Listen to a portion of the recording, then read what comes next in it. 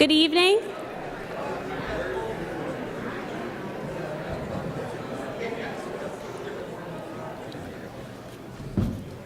Thank you. Greetings and welcome to Our New Environment Forum here at the beautiful Anne Simley Theater at Hamline University, who is our kind host this evening for our gubernatorial candidate forum. My name is Stephanie Pincala and I am with the Nature Conservancy, which is one of over 24 environmental and conservation groups around the state who've come together to host tonight's event. You can see the sponsoring groups listed up here on the screen as well as on your program if you're here in the audience or on our Eventbrite page where most folks are registered. These groups have a myriad of different priorities all over the spectrum but share a common goal of conserving our environment. Our groups have come together to bring environment and conservation issues to the forefront of this year's gubernatorial election, which is what brings us all here tonight. Candidates for governor from both major parties were invited to participate tonight, and we're grateful for those who have chosen to join us here this evening. I'm sure they would like me to remind you that it's a good time to start thinking about your precinct caucuses on February 6th, and you can look at the Minnesota Secretary of State's website for more information on those. Before we begin, I'd like to set the stage for how tonight's event will work, both here in the theater and for those watching remotely at home or one of 9 satellite viewing parties we have around the metro and greater Minnesota. For those of you who are here watching in Anne Simley Theater tonight, restrooms and overflow seating are located in the atrium. If you do choose to take photographs, we ask that you turn off the flash on your phone or camera. And if you haven't already, please turn your cell phones and other electronics to silent. While you've got your phones out to turn off the sound, we encourage you, if you are on Twitter, to use the hashtag #OneGovForum, which you can see up here on the screen. And then in other technology-related areas, our moderators this evening will be asking questions that are provided by audience members through Pigeonhole, which you can find online at pigeonhole.at, also up on the screen, and enter the code LEGACY, and there you'll be able to rank and select questions. Volunteers will be sorting through those questions, ensuring a variety are asked and posted on the screen for each of the 5 sessions of questions that we'll be going through with our candidates. If your question is not picked, please blame event staff and not our moderators. It's not their fault if a question wasn't selected. Before I introduce our moderators, we'd like to remind everyone that an audience poll will be open from 8 p.m. to 9:30 p.m. on Pigeonhole, where you can go and vote for one of tonight's participating candidates that you feel best reflected your environment and conservation priorities tonight. And lastly, for the folks who are here at Hamline, we invite you to stick around for a reception and cash bar in the atrium following tonight's event. So it's finally time for me to get off the stage. Please join me in welcoming tonight's moderators. First, we have Elizabeth Dunbar, who reports on environment, energy, and climate issues for Minnesota Public Radio News. And second, Dave Orrick, the former outdoors editor of the St. Paul Pioneer Press, who currently covers state government and politics for the Pioneer Press Capitol Bureau. So thanks for being here and welcome our moderators.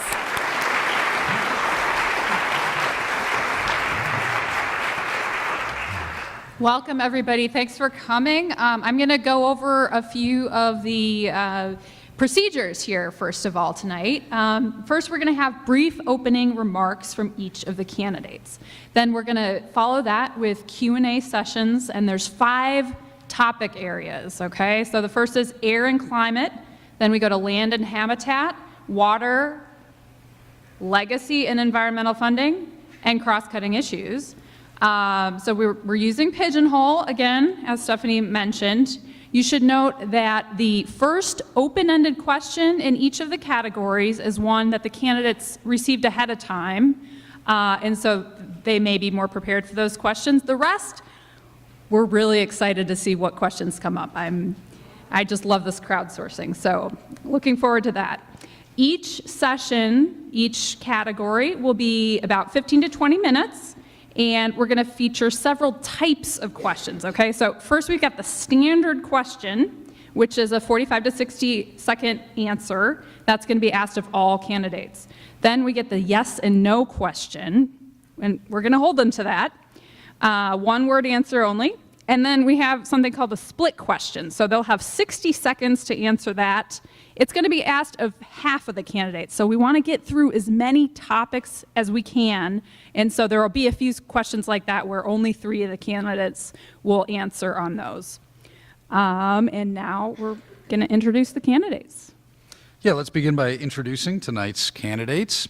The candidates are welcome to offer opening remarks of no more than 90 seconds.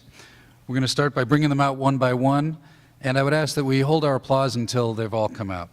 Former Mayor of St. Paul, Chris Coleman. State Representative Tina Liebling. State Representative Aaron Murphy. State Auditor Rebecca Otto. State Representative Paul Thiessen. And Congressman Tim Walz. Join me now in welcoming them all.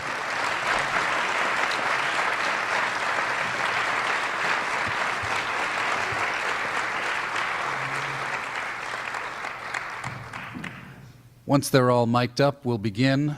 They are going to do their opening remarks in alphabetical order. That is the order that they are seated. Former Mayor Coleman is used to being in the front of this line, and Congressman Walz is used to being at the end.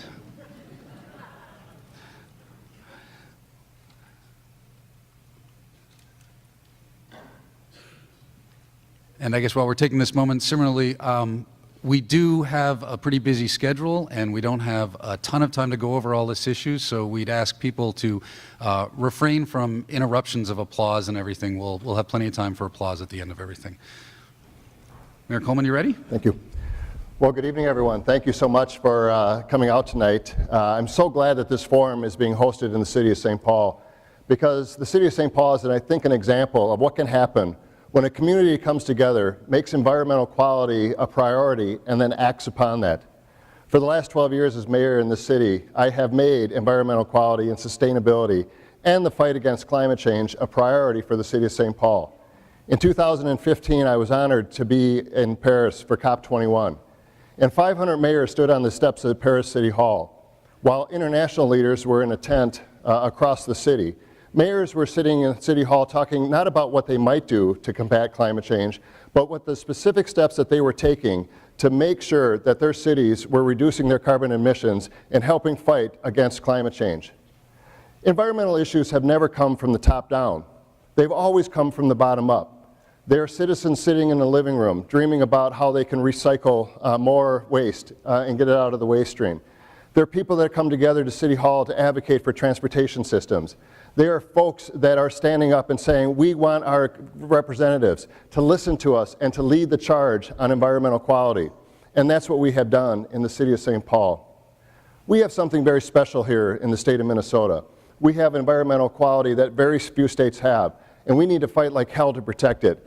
As your next governor, I want to lead that fight to protect our streams, to protect our rivers, to protect our prairies. And when we make environmental quality a priority, all of us will stand together and create a Minnesota we can be proud of. I want to lead that fight as your next governor. Thank you.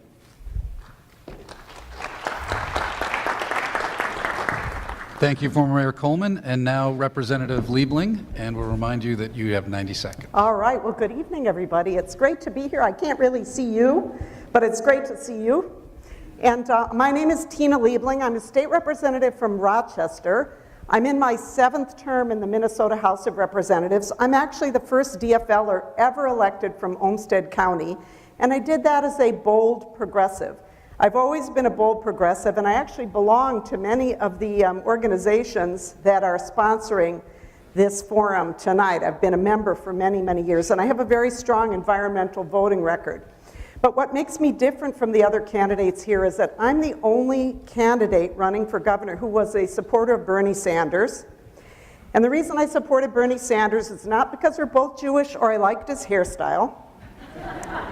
I was supporting Bernie because I believed he was speaking to the real issues. And one of the biggest issues facing us as a nation is the concentration of wealth and power in very few hands, and what this is doing to everybody else. And of course, this plays out in the environmental area, just as it does in so many other areas. So I'm running because we need not only a bold progressive, a person who is progressive, which I am, but also somebody with a backbone, somebody who can't be bullied or intimidated, who will actually stand up to the powers who want to pollute our world and dump greenhouse gases into our climate and all of those kinds of things. So I'm really pleased to be with you tonight, and thank you for caring about our environment. Thank you, Representative Liebling. Next, we have Representative Erin Murphy. Good evening, everybody. My name is Erin Murphy. I am a registered nurse and a teacher. I am a mom and a state legislator, and I'm running for governor. I'm running for governor because I believe in a kind of politics that improves people's lives. And when we do that together, we can build a bright future for everybody in the state of Minnesota. I want to do that with you. I am a nurse, and I'm a nurse because I care about people. And I'm in politics for the very same reason. I never thought I was going to run for office, but did after I took care of my mom at the end of her life. And she, like too many people, had good health care coverage, but had to fight to get the care that she needed because the insurance companies were denying that. And it really made me angry, and I decided to run for office. And at her funeral, my aunt said to me, "Go fix health care." And I went to office to go fix health care.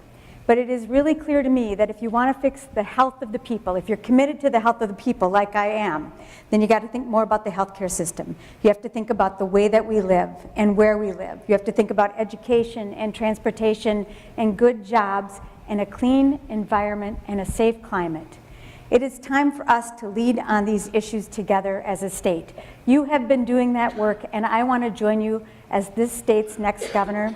I believe that we can build a bright future for the people of Minnesota. I want to do that with you, and I look forward to our conversation tonight. Thank you.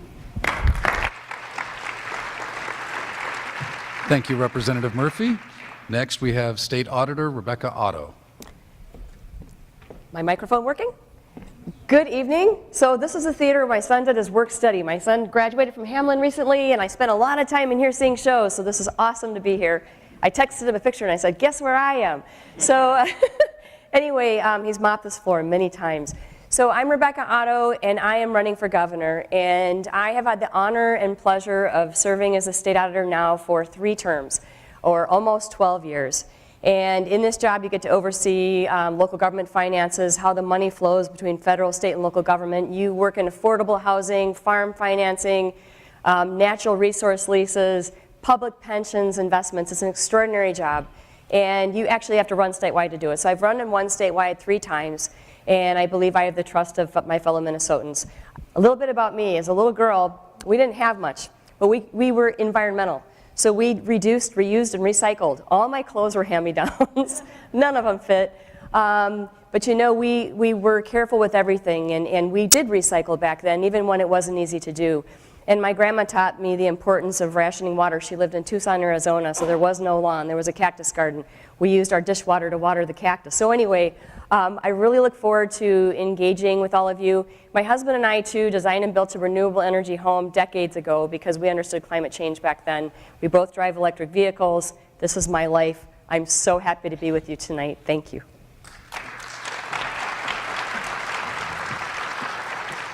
Thank you, Auditor Otto. Next, we have Representative Paul Thiessen. Well, thank you all for being here. You know, one of the great parts of this job of running for governor is you get to travel all across the state, and it is an amazing place. You know, from the Driftless region in southeast Minnesota to the Glacial Trail, you know, to the North Shore, right? Incredible resources we have all around the state of Minnesota, and I get to see them all the time, and I'm really blessed at that. You know, I grew up in Bloomington. My folks were both public school teachers. And one of the things that they taught me and showed me through their example was the importance of thinking for the next generation and thinking for the folks down the road. They always sacrificed to make sure my sister and I could get ahead, because that is what people do in Minnesota. And I think that's really relevant, and that value is really relevant to the discussion we're having tonight. Because one of the things I think we've lost in Minnesota on a whole range of issues, but certainly when we're talking about the environment, is that way of thinking long-term and thinking about the next generations. And that's something we need to bring back to our state government. I'm really looking forward to this discussion tonight, in particular because of the seriousness of the issues that we face. There's really 2 existential issues facing us, and I think they're going to intersect here tonight from my perspective. One is climate change and what we're going to do with our environment, and the other is the fact that we're the second most unequal state in the country. And we have these huge racial disparities. And those 2 things fit in very carefully together, and I know we'll have some discussion later on about that. But I think that's the kind of approach that we need to think about as we think about the future of Minnesota, taking on these really tough issues that challenge all of us to come together and really challenge ourselves. One of the things I hope we end up with tonight is the fact that often in the environmental movement, we don't always think about how we're going to listen to the other side. And I think we need to challenge ourselves to do that in a very significant way, and I hope we can talk about that a little bit tonight. Thank you. Thank you, Representative Thiessen. Last, we'll hear from Congressman Tim Walz. Thank you. Well, good evening, everyone. I'm Tim Walz. I'm a public school geography teacher from Mankato, where my wife is an educator, and my daughter Hope is a junior at Mankato West, and my son Gus is a 5th grader at Roosevelt Elementary School. For the last 12 years, I've had the privilege of representing the 1st District in the United States Congress. And the thank you to all of you being here. I came back from that debacle last night from D.C., and this is the antidote to that. This is the billions of people around the world can't imagine gathering together to talk about how we shape our future. And this issue of environmental justice, of how we move forward on sustainability, is central to every issue that we have. And in the United States Congress, I've been center at the fights that are the most important and where most of the things are done on conservation, which is in the Farm Bill. And it's no mistake up here. You have wonderful leaders up here and wonderful environmentalists, but there's people missing here. The people that we will have to talk to in November, the people that are out there that we make the case to. And what I've been able to do, I think, in the Farm Bill is making this case that there is no separation from this. We don't have to choose winners and losers in this. What we need to do is make sure we're putting safeties in place to make sure those environmental safeguards and those levels are met, but by bringing in the folks who are most impacted by that, by building the coalitions to make it happen. And in the last Farm Bill, we were able to get one of the most environmentally sound farm bills, and we do that by bringing in the stakeholders who make a difference. So as your governor of Minnesota, we know this is the choir. The choir needs to sing loudly, but these truths that we're trying to get to, we need to go and make the case to our neighbors. And as your governor, I think I've proven it as a member of Congress, and we can do it here to move Minnesota to that sustainable future. So thanks for being here. Thank you, Congressman Walz. It's a good time maybe to remind everyone to make sure their cell phones are silenced. And Elizabeth will be taking the first question now. Right, we're going to head into the air and climate category. So first is a yes or no only. Do you believe that global climate change is a serious environmental challenge that requires immediate action to address? Starting with Mayor Coleman. Yes. Of course. That's 2 words. That's 2 words, that's right. Yes. Yes. Yes. Okay, see, that wasn't so hard. We'll go to the second question now. We're supposed to see it up here. All right, here it is, crowdsourced. No, this is the one that you guys got ahead of time. This is the first open-ended question that all the candidates got ahead of time. In 2007, Minnesota put a greenhouse gas emissions reduction goal in place. That included a 30% reduction by 2025 and 80% reduction by 2050. What would you do as governor to meet this emissions goal? We're going to start with Representative Liebling. So I think the answer is make it a priority. And the way I would do that, first of all, I just heard actually on public radio on the way up here this evening that St. Paul just, the new mayor just appointed somebody, I think they called him a resiliency director or something like that. I think that's a great idea. Somebody who's cabinet level, whose purpose there is to make sure that we're focusing on these issues. And that the other thing is we've got to bring people together to figure out how to move forward. That's very important. But what we should never do is invite the corporate interests to the table and allow them to make the decision. We need to first talk about how we're going to move forward, what we need to be doing, and fight for the things that we believe in. And then if we have to compromise after we've fought for what we really need to do, then we compromise. But we should never compromise first before we put our program forward, especially with something as important as our climate. Okay, Representative Murphy, 60 seconds. So I think in the work that we've been doing in Minnesota since I've been elected back in 2006, why we're making such great progress is because our values around a clean air and a clean energy is because it's aligning very closely with our economic interests. And that's good news for us, and that means we can continue to make progress. When I ran in 2006, I ran in a crowded field of strong Democrats, including Don Arnosti, who is a leader on a lot of these issues. And I will tell you, I learned a lot from him as a candidate. And when I was elected at a time when Governor Tim Pawlenty still believed that climate change was something serious that we should take on. And so we did pass the Renewable Energy Standard. I think we need to extend that. We should take take advantage of the work that we're doing here, individuals, Minnesotans, communities, and the market are doing to extend that and push ourselves. But I'd also like us to do some work to tackle the transportation sector. I think it's time for us to invest in the electric vehicle infrastructure that's necessary to make electric vehicle use easier for people across the state of Minnesota. And when I'm the state's governor, I'm going to make sure that we are also investing in electric vehicle fleets across the state. Okay, Senator Honor. I'm the only candidate that actually has a plan, and it's called the Minnesota Powered Plan. It was written about in The Guardian. We got an article in Scientific American. We should be leading the nation in the clean energy economy, and I'm being on the cutting edge of the clean energy economy. And I have a plan that will exceed the goals of this 81% by 2045, a reduction of 81%. So we're missing out on an opportunity as a state, and we're getting a little bit behind. We used to be ahead, we're getting a little behind. So we should be going after this with gusto. And my plan can create up to 250,000 good paying jobs. This is the next generation of jobs. As other jobs are getting mechanized and automated in mining and other areas, we need to make sure we have our eye on the prize and our eye on making sure that we have attracted that next generation, 21st century jobs. We have facilities that can train in these jobs, and it's basically fee and dividends. So if you follow the Citizens Climate Lobby, it's that with a twist. Look at twist 11. All right, Representative Thiessen. Well, thanks. Well, I mean, I think the plan is pretty well set out how we can get there.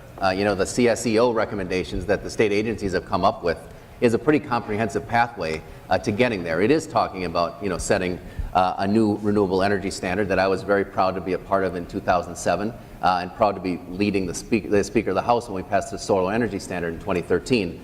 But if we increase that energy standard, that renewable energy standard to 50%, that gets us a quarter of the way there just doing that. We do need to focus in on transportation, and not just moving toward electric vehicles, but that's important, but how we design our communities so we don't have to use carbon-based vehicles as much as we have to. So denser urban planning is a real step that we can take in that direction. The thing I'd also like to do is make a real investment in research and development and set a standard for moving toward battery storage. We should figure that out, because if we can solve that, the whole equation changes very rapidly. And so we should make a moon mission, I think, around making battery storage something that Minnesota is going to figure out and solve. And if we do that, I think we get to these goals very easily. Congressman Walz. Yeah. I agree with Paul. The plan is right, and I think moving to 50% by 2030 makes sense. We know what the issue is. We know it's an existential threat. We know we need to go about it. In the United States Congress, I voted for cap and trade legislation. I voted for and secured $100 million for the Renewable Energy for America program. But what's interesting about that is I did that in the second most Republican district in America. It's not about having the best plan. It's having the best message to make the plan work for people who matter. I'm a teacher. It's Maslow's hierarchy. It's not self-actualization to say that this is real. My folks want to turn on the light switch. They want them to come on, and they want their bills to be payable. We can make that case. Take them out there. Why these investments in energy security create jobs, grow the economy, and make sense to them. And we need to do that by bringing in the rural electric cooperatives, by bringing in those municipal utilities who have to deliver the power and see them as partners in this. They want to get there too. They care that it's there. And I think it's that messaging of moving those folks to try and make it, deliver it, by being partners in moving Minnesota to a secure future, one that is better for those working families and is sustainable. So as governor, that's the number one issue. We know the problem. We have the solutions. It's now getting the social permit to implement them. And Mayor Coleman. Thank you. Well, they're ambitious goals, but I don't think they're ambitious enough. In the city of St. Paul, our goal is to get to carbon neutrality by 2050. And I think if we do that, if we have that goal, we have to make sure that we're working that plan all the way through. And right now, we're not on track to make our 20% or our 80% reduction by 2050, nor are we on track to make our 30% reduction by 2025. And so we need to make sure that the emissions inventory that we've done actually is put into an action plan, and we reduce emissions not just on the state level, but in every city. There are 800 cities across the state of Minnesota. There are 87 counties. And every one of those governmental units has to do an emissions reduction plan and then have the resources and the tools and to be able to actually work that plan. When Minnesota passed its new building code, it was the same year that Denmark passed their building code. The difference is that Denmark's standard is 50% less energy use than the state of Minnesota's. We need to be aggressive on this one. We need to be the international leader, and I think that Minnesota has historically been that, and I want to be that again. All right, we're going to move along to our first crowdsourced question here in the air and climate category. Canadian company Enbridge Energy is proposing a new Line 3 oil pipeline across Minnesota to carry 760,000 barrels per day of Canadian tar sands oil. Do you support this project? Why or why not? And we're going to start with Representative Liebling. No, Representative Murphy, sorry, and we'll have 45 seconds. I have already voted against this pipeline, and I have grave concern about it, primarily because of where it's sited. But I'm also very interested in the Department of Commerce's report that suggests that the capacity is not necessary. I think it is time for us to move as quickly and as swiftly as we can toward renewable sources. And if we continue to pipe in tar sands oil, it is going to delay the work that we need to do. We're going to continue to rely on some fossil fuels here in the state of Minnesota, and I am not anti-pipeline by itself, but I do not think that the Line 3 pipeline makes sense. I don't think it makes sense about where they're siting it through tribal land, and I don't know that we need the capacity here in the state of Minnesota, and that's why I don't support it. Next, Auditor Otto. Oh, yep. No. And because I've got the next generation of good paying jobs, it's in the clean energy economy. I drive an electric vehicle, my husband drives an electric vehicle. He's had his for years. He was a very early implementer. Mine has a gas extender because I couldn't afford that all electric, but it's coming. And all the car companies, basically, there's another major car company that just announced they're going to all electric. The train has left the station, the cow has left the barn. You can use whatever analogy you want. The world is changing. And there's extraordinary opportunity with the world changing. My husband and I plug in at night. We use off-peak electric. It's much less expensive. Now, if you don't drive a car, we also have electric buses in Minnesota already. We've got to get to that so everybody gets to take advantage because not everyone's going to drive. But these tar sands are the most carbon-emitting fossil fuel out there, and they should not be transported. There's no need for them. All right, Representative Thiessen. Thanks. It would be great if everybody could afford to drive an electric vehicle like Rebecca and her husband do, but we're not at that point. And we need to make a transition to that kind of economy. We need to move aggressively, but we need to understand that there is going to be a transition. So I do not oppose pipelines per se. I oppose this route and have taken that position, partly because I have concerns about the delicate environment that it's going through. More importantly to me, I have very serious concerns about the fact that the tribes have not been engaged and their sovereignty has not been respected. Until Enbridge and the tribes sit down and actually try to work out an agreement on this, if they can, I think this project can't get started. But I don't oppose pipelines as a matter of kind of principle because we do need to make a transition to this economy, and transition is the critical word. Okay, I'm going to keep moving on. I'm seeing people want to butt in there. Let's get through everybody, and then maybe we can do a follow-up on this. So, Congressman Walz, 45 seconds. Well, I agree with Paul. I mean, I think it's self-evident. All of us know, we know where the science is. We need to transition sooner rather than later to off a fossil fuel economy. We've got 2.4 million pipelines in this country. Most are hazardous because you can't move them by train because it's dangerous. The issue of replacement of pipelines that are leaking, it makes environmental sense to do it. As far as Line 3 is, I was immediately, the impact on the indigenous community is unacceptable. That is a non-starter. It's a way of doing this, of going out, and I've asked the Enbridge people, they need to think about being the partners in this. If you're going to replace a pipeline, you're going to get it done. And I voted for pipelines when the EIS has supported them. I voted against them if they haven't, if the science supports this. The current route does not include the treaty rights and respecting of that, so I think we come back to this. But again, I would say this too. I'm not opposed in principle to the pipelines, but we need to see about that transition. Mayor Coleman, your turn. Well, there certainly are reasons to be concerned about this pipeline, but I think there's a lot more reasons to be concerned about the existing situation that we have. We have a 50-year-old leaky pipeline that's leaking oil into our watershed and into our aquifer, and we need to do something about that. This, as somebody else mentioned, this isn't a question of whether or not this oil is going to be moved, it's how it's going to be moved. While we transition into a carbon neutral economy, I think we all know that we need to accelerate our change to a carbon neutral economy, but that is going to be still a transitional strategy. So the question is, for the next 20 to 30 years, how is this oil going to be moved? I don't want it being moved through a leaky pipeline that exists right now. We need to address the issues of tribal sovereignty. We need to make sure we're protecting the headwaters of the Mississippi River. But science and good engineering, I think, can help us on this one. Representative Liebling. So I do not think that we should allow this pipeline to be built for a number of reasons that have been mentioned here. Of course, oil is not the fuel of the future, and some of my colleagues up here have talked a little bit about that. I think that if we allow this enormous investment in this new pipeline, even not talking about the route, which is a problem, but it just delays the inevitable. So instead of making huge investments that get passed on to ratepayers in outdated technology, I believe that climate change is an emergency. And if it's an emergency, we should not be building new infrastructure to continue with the greenhouse gas emissions that we're dealing with now.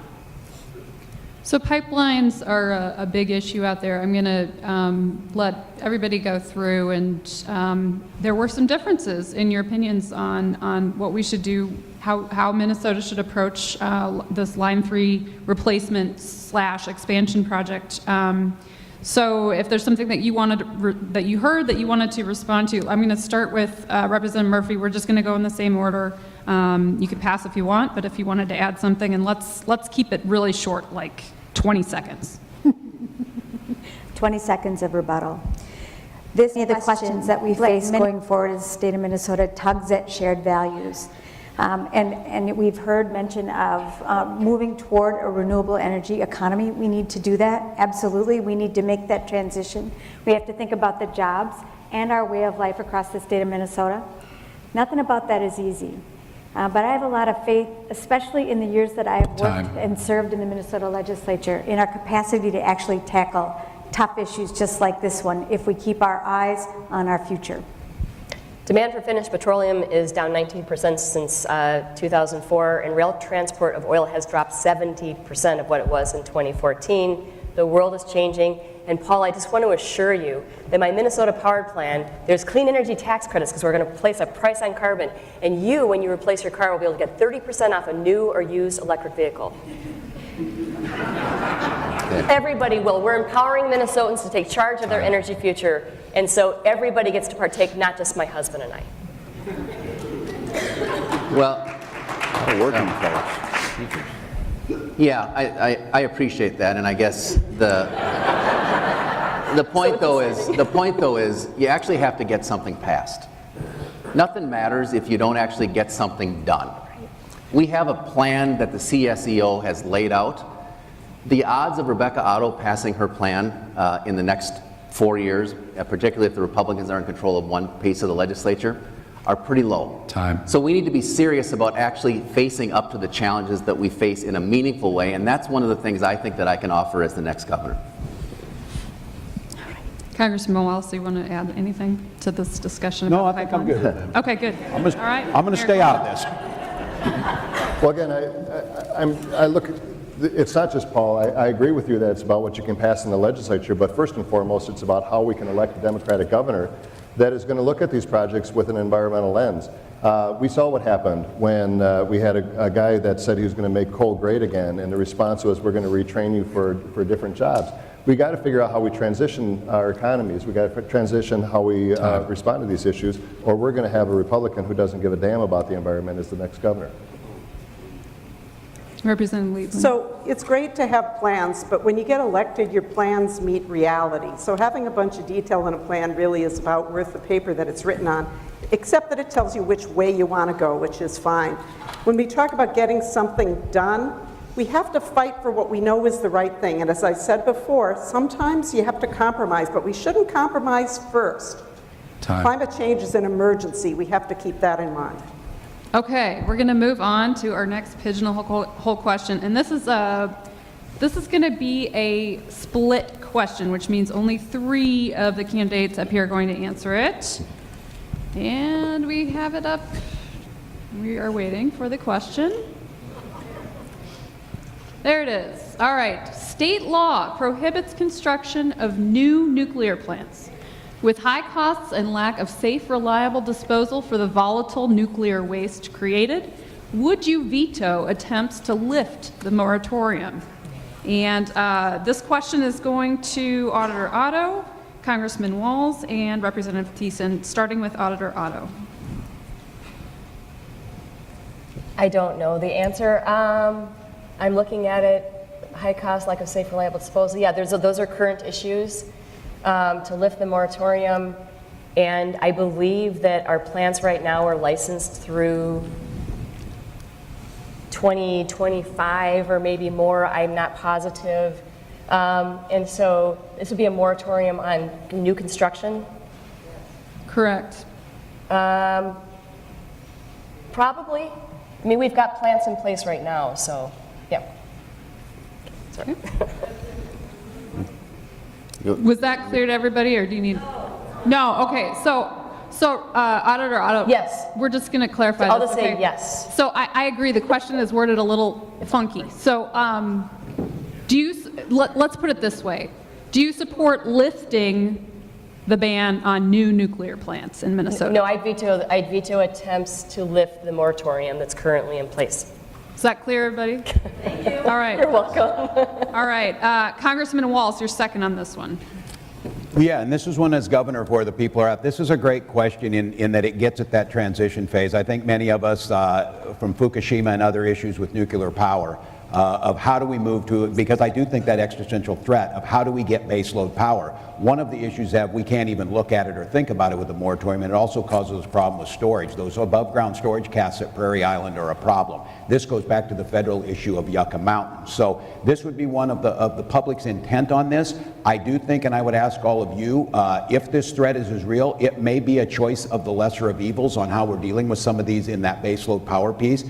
Nuclear power certainly has its drawbacks, everything from the concrete involved, but I would follow the will of the people on this as it came forward. But I would ask all of you, we need to talk about all of these pathways because it's that big of a threat. Okay, and finally, Representative Thiessen. Thanks. Well, I've always...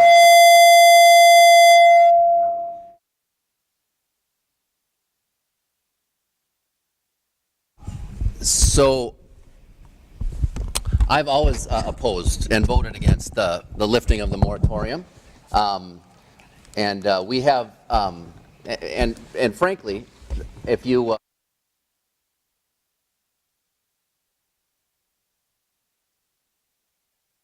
and voted that way, and frankly, if you talk to Xcel Energy, they will tell you the same thing. They don't have any economic interest in actually building a new nuclear power plant because it is so expensive. You know, is there new technology coming up in other countries and other places that may change that calculus someday in the future? Perhaps, but we are not there yet. So I oppose lifting the moratorium and would veto that bill if it were to come to my desk. Here because, oh, there we go. We got it back. I just wanted to make sure we didn't say too much because our video audience is going to be unable to hear any of this. So I would veto that bill. You would veto that bill. Okay, Great. Okay. All right. We are moving on. I think we've got one more of these split questions where we have three candidates answer it. So here we go. This is also a yes/no. Is that right? Are we going to do this to everybody? Okay, everybody gets to vote. Everybody gets to answer this one because it's a one-word answer. Okay, so yes or no question. Would you support divestment of Minnesota state pension holdings from fossil fuels? And we're starting with Representative Thiessen this time. Yes, I'm the chief author of that bill. Congressman Walz. It's a tough yes or no. Pension protection is my Yes or no? It's not a yes or no question. No, This really isn't that no, not it's more complex. But if you want to know, no, Okay, because of the pension. got it. Mayor Coleman. That's really an unfair question. If yes or no, I support socially responsible investing, but we also have duties to our state employees for their That sounds like pension. a no. Okay, Representative Liebling. It's a maybe. Yes.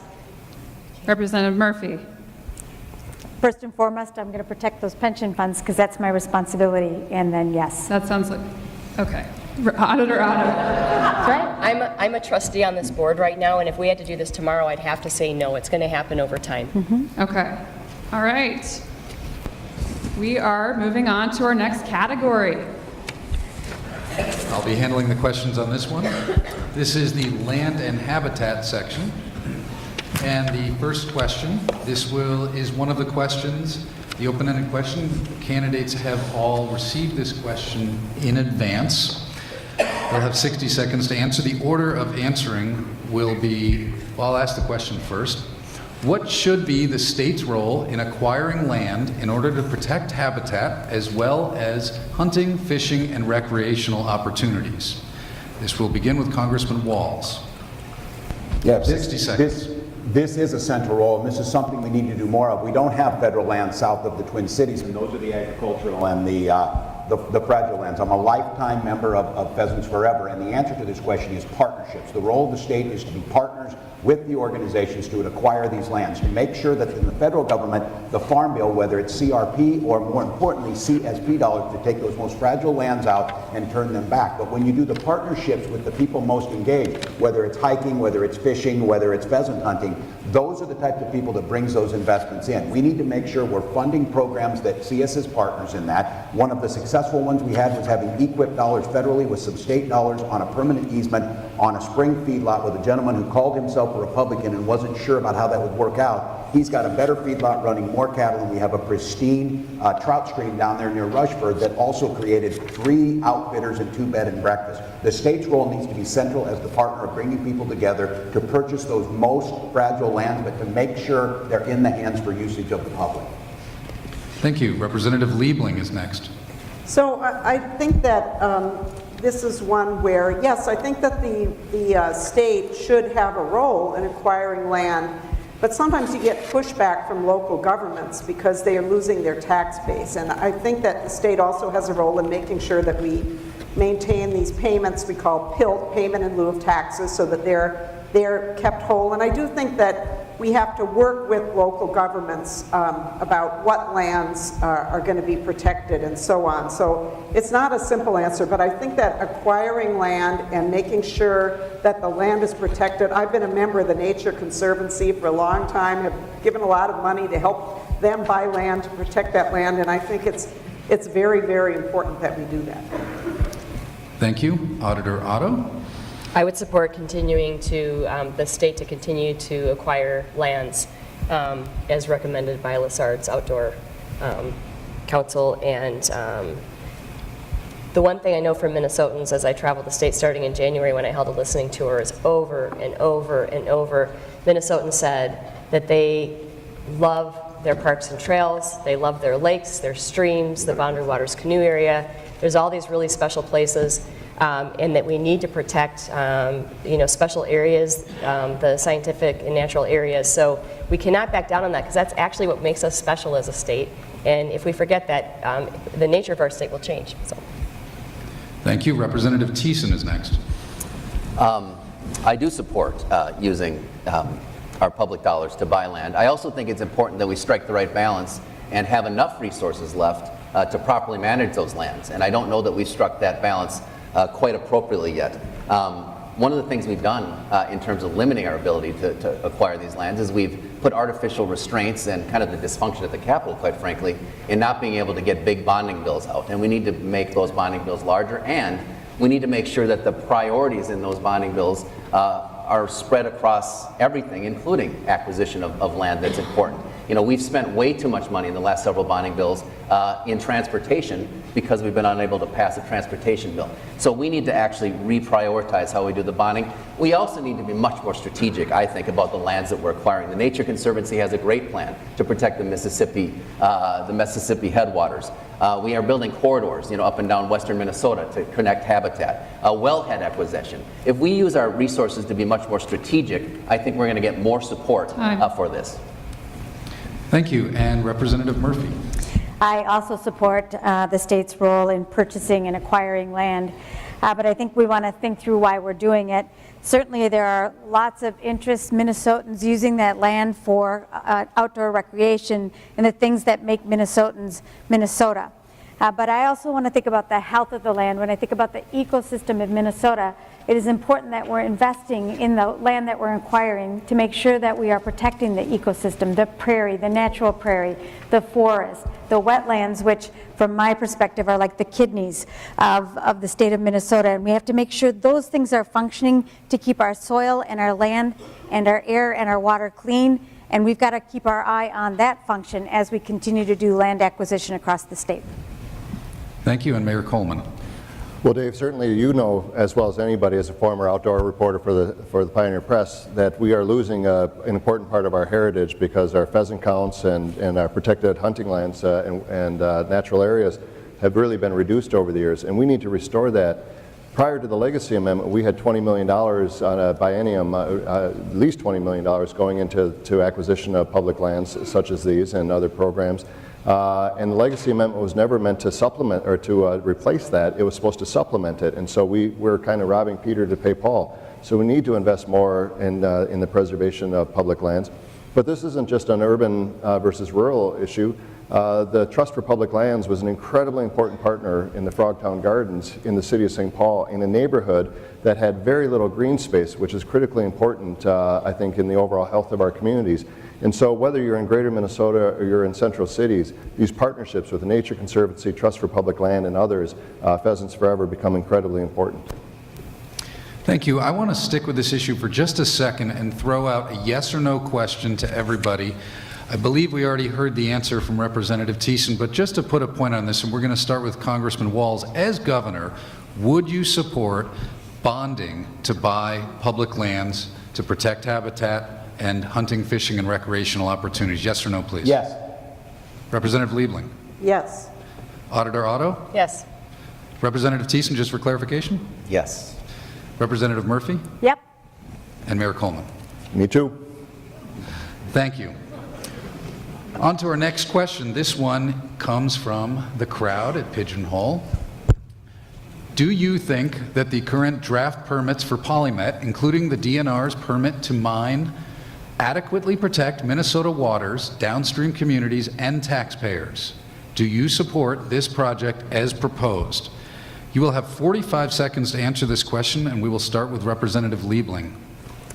I absolutely oppose that project. I do not think that we should be doing copper nickel sulfide mining in Minnesota. Sometimes people say, oh, wait for the science. I have not seen anything that would tell me that we're going to see science that says that we can do this safely in the water-rich environment that we have in this state. And no matter what kind of financial guarantees the company may put forward, it's not going to be enough for future generations. This is just something that is going to harm our environment, and they should not have free use of our water. It really comes down to that. So this is something, we've got to find other ways to put people to work, not this way. Thank you. Auditor Otto. Something I focused on for a while as state auditor, being on the executive council. Polymet is not offering enough in financial assurances and is not providing it all up front. It's been estimated they need about $1 billion to really protect Minnesotans' interests. Right now the laws allow for this type of mining, but where the magic is in the financial assurances. And these companies never put up enough. And the taxpayers always end up holding the bag, and there's usually contamination. So they're putting up $75 million in the first 2 years for site cleanup, and then up to $544 million when the mine opens. That's up to $400 million short. We don't have the money. We don't want to inherit that. It's not acceptable, and we should never be saddled with these liabilities. And it's in a water-sensitive area. So, and the industry just said they're moving to more automation, more robots. So it's really not about the jobs, and we need to be very clear about what this means to our future. Thank you. Next is Representative Thiessen. Well, I've not read the whole permit, although I started through it. I agree, first of all, with Rebecca, with Auditor Otto, on the financial assurance. I think that is the biggest weakness in the permit right now. I also have to question, though, some of the discussion I've heard around this issue, where we say that the science doesn't support it, and yet we have very expert scientists who are our state employees who are doing this analysis and who have come out with this permit. And I don't know where we start to draw the line when we don't want to believe those scientists and we say we're not going to believe them, and when we want to believe them, we do. So we need to challenge this, and I am very much in support of keeping this process as open as possible. But I also think we do have to follow the science, and when that permit is issued, we have to enforce it much better than we've ever enforced permits in the past. Thank you. Representative Murphy. When we talk about copper nickel mining and Polymet, it is important to remember that we're talking about our water, our jobs, our people, and our future. And from my perspective, when we're pitting jobs against something as important as water, one of those things are going to fall behind, and that's not good enough from my perspective. I think it's very likely that PolyMet could get their permit before the next election, and we have to make sure that they are we are encumbering them with strong financial assurances. But they are proposing holding water that's been used to treat in the process of mining for 500 years, and from my perspective, that is not a strong enough solution, though they may get their permit based on that. I think it's time for us to invest more in the Natural Resources and Research Institute. We have water that's impaired across the state because of agriculture, because of mining, because of salting our highways, and because of development. We need to protect our water, and that is my job as the governor for the state of Minnesota when I'm elected. Protecting our water is our top priority, but we cannot say to a company that has followed the law and followed the science that they cannot be allowed to mine if they've secured that permit. Thank you, Representative Murphy. We will get nasty over here if you guys run over time too much. The next person to answer this question is Mayor Coleman. This is a hard question to answer in 45 seconds because as a person who is passionate about Lake Superior and the streams and lakes of northern Minnesota, I'm very concerned about the environmental quality, but I'm also concerned about climate change. And the fact of the matter is, in order for us to get to a carbon neutral economy, we have to have copper, we have to have nickel, we have to have those minerals that we get in northern Minnesota. 5 tons of copper in every windmill, 200 pounds of copper in every hybrid vehicle. So we're going to get these from someplace, and they don't naturally occur in a farm in Dakota County. So we have to have the highest and most rigorous environmental standards. This process has gone through the Obama EPA, not the Trump EPA. This has gone through our process. I think we're very close. There are some final assurances that need to be put in place, but then I think we need to go forward with PolyMet. Thank you. And Congressman Walz. Yeah, we all know this is the issue in here, and I know for many of you this is a litmus test question. And the first thing I did when I said I was running for governor was I went north and walked every piece of this land. I have enough credits, I think, over at Duluth auditing their mining to get a degree over there because that's the responsibility. I too agree that the boundary waters and our waters are sacred. They're sacred to me and they're sacred to you. And I agree with Mayor Coleman's exactly right on this. The copper is the part of the new energy economy. It has to be done. It's going to be done somewhere. And the issue is can Minnesota put things in place? If the science does not support it, if the permits and the EIS do not support it, we shouldn't do it. But if there's a way to prove that we can do this with those financial assurances and protect it, I think we have a responsibility to do it here because it's going to be a mineral that's needed to transition us. So again, on the permits, haven't read it all. As Paul said, at this point in time, we still have our concerns on how it comes out. Follow the science. Thank you, candidates. I think we saw some differing perspectives on a really important issue right there. Now we're going to go to the split question. This question will be asked of Auditor Otto, Representative Thiessen, and Representative Murphy. You will have 60 seconds to answer this question. Outdoor recreation contributes $4.3 billion to our economy. Access to public lands is critical to support this economic force. How will you promote access to recreational opportunities on state lands? We begin with Auditor Otto. You have 60 seconds. I will do whatever I can to make sure that people have access to state lands and would love to have a conversation around issues if we're having them. See, this is one that we didn't get to see ahead of time, so I have to think it through. Critical, yeah. We love our state because we get to play in our state. People come to our state to play in our state. So it's really, again, that's what makes us special as a state, and I will do all that I can. In fact, as governor, I'd like to do some really different things. There's always the hunting opener and all of that, but I also want to do some other things, kind of highlighting some of our state parks and Boundary Waters Canoe Area and lots of different areas to make sure Minnesotans know all the beautiful places that we have. But if there are issues with access, I would be more than happy to work on them because it is an important part of our economy.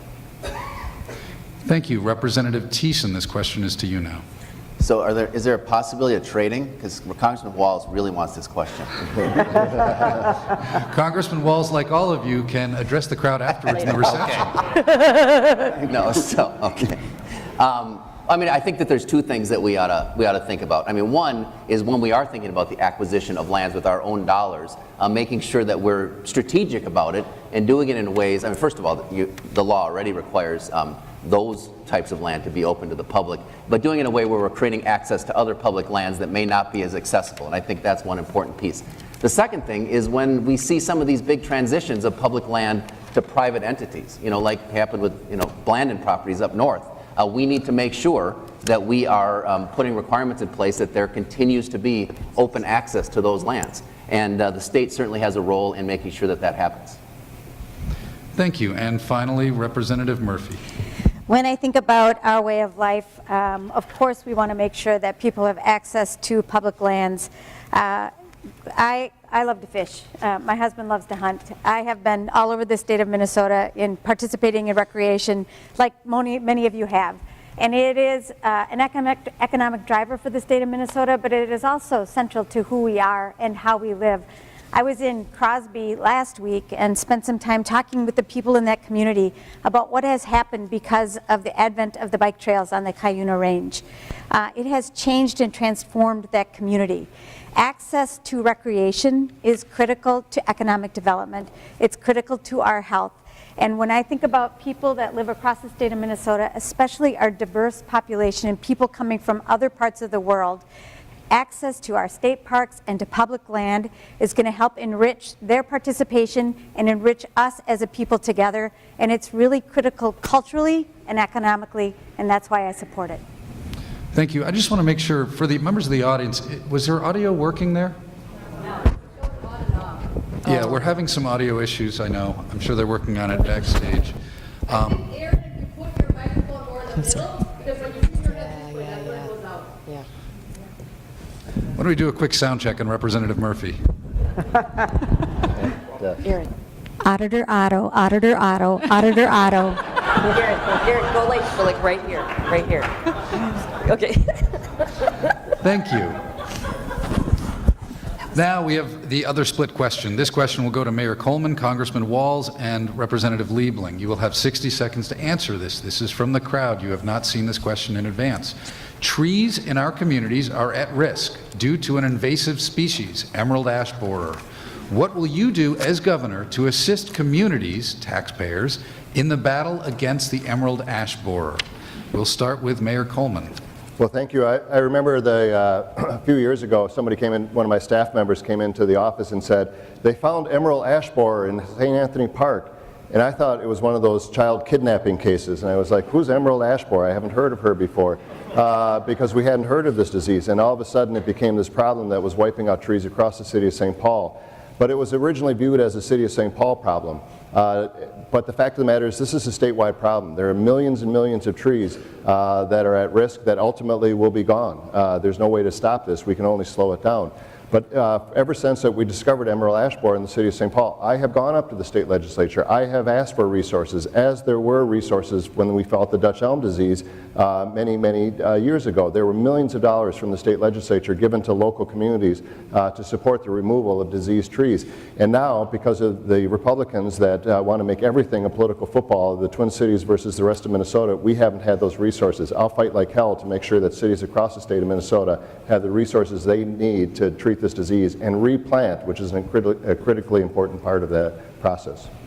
Thank you. Next, Congressman Walz, 60 seconds. Yeah, the issue of invasive species is something we work on, obviously, in the agricultural department, whether it be invasive carp and the things. These are detrimental not just to our environmental, not just to our environments, they're detrimental to our economies in many cases. And in the case of the emerald ash borer, Mayor Coleman is right about this. It needs to funnel through the agricultural department, and what's really at stake here and what really needs to be focused on is it's the education piece of this, making sure the resources are out there to educate, making sure the quicker you find these things that you can stop that infestation. There's things that we can put in, and many of you are familiar with this. Don't buy camp wood, firewood, and carry it somewhere else. Those are problems that we have. It's the cleaning the boat thing. It's these public service types of announcements of getting in there that, again, I think the mayor's right about this. They somehow think it's some type of socialist conspiracy to tell people to do the right thing, to not do this. We need to make sure that we're talking about that, pushing those things forward, and again, funneling it through a very focused education piece and make it's almost, as we all remember this, that those campaigns, give a hoot, don't pollute type of things, this emerald ash borer is a big deal, and eventually it has a major economic impact as well as the diminishment of our environment. So we do need the resources, but it's the education piece and the focus on it. Thank you. Representative Liebling. So years ago, when we had the Dutch elm disease problem, I was living in Minneapolis and was a volunteer spotter and, got involved in trying to save that urban canopy. And a lot of the trees have been replaced, but it could never be completely replaced. I mean, it just changes the way you feel about where you live when you have beautiful trees. And so I agree with Mayor Coleman about what's happened to this issue, that we've tried in the legislature to put money toward helping municipalities deal with this, because they shouldn't be left alone. This is an agriculture issue, and agriculture does not have to be divided into rural versus metro, and it's been made into that, unfortunately, by the Republicans in the legislature. So we need to stand up to this, because having trees, it's about our how we feel about where we live. It cleans our air. It's about carbon. Very important that we put state dollars into helping municipalities deal with emerald ash borer, whether it's stopping the disease or also removing the dangerous trees after they're dying. Thank you, candidates. We're going to move on to the next session. Water. Okay, so this first open-ended question is one that the candidates were sent ahead of time. So, cropland runoff, major source of pollution to Minnesota's waters. And we're not making progress.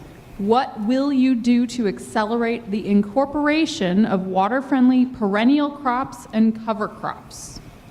And this one is a 60-second answer, starting with Representative Murphy.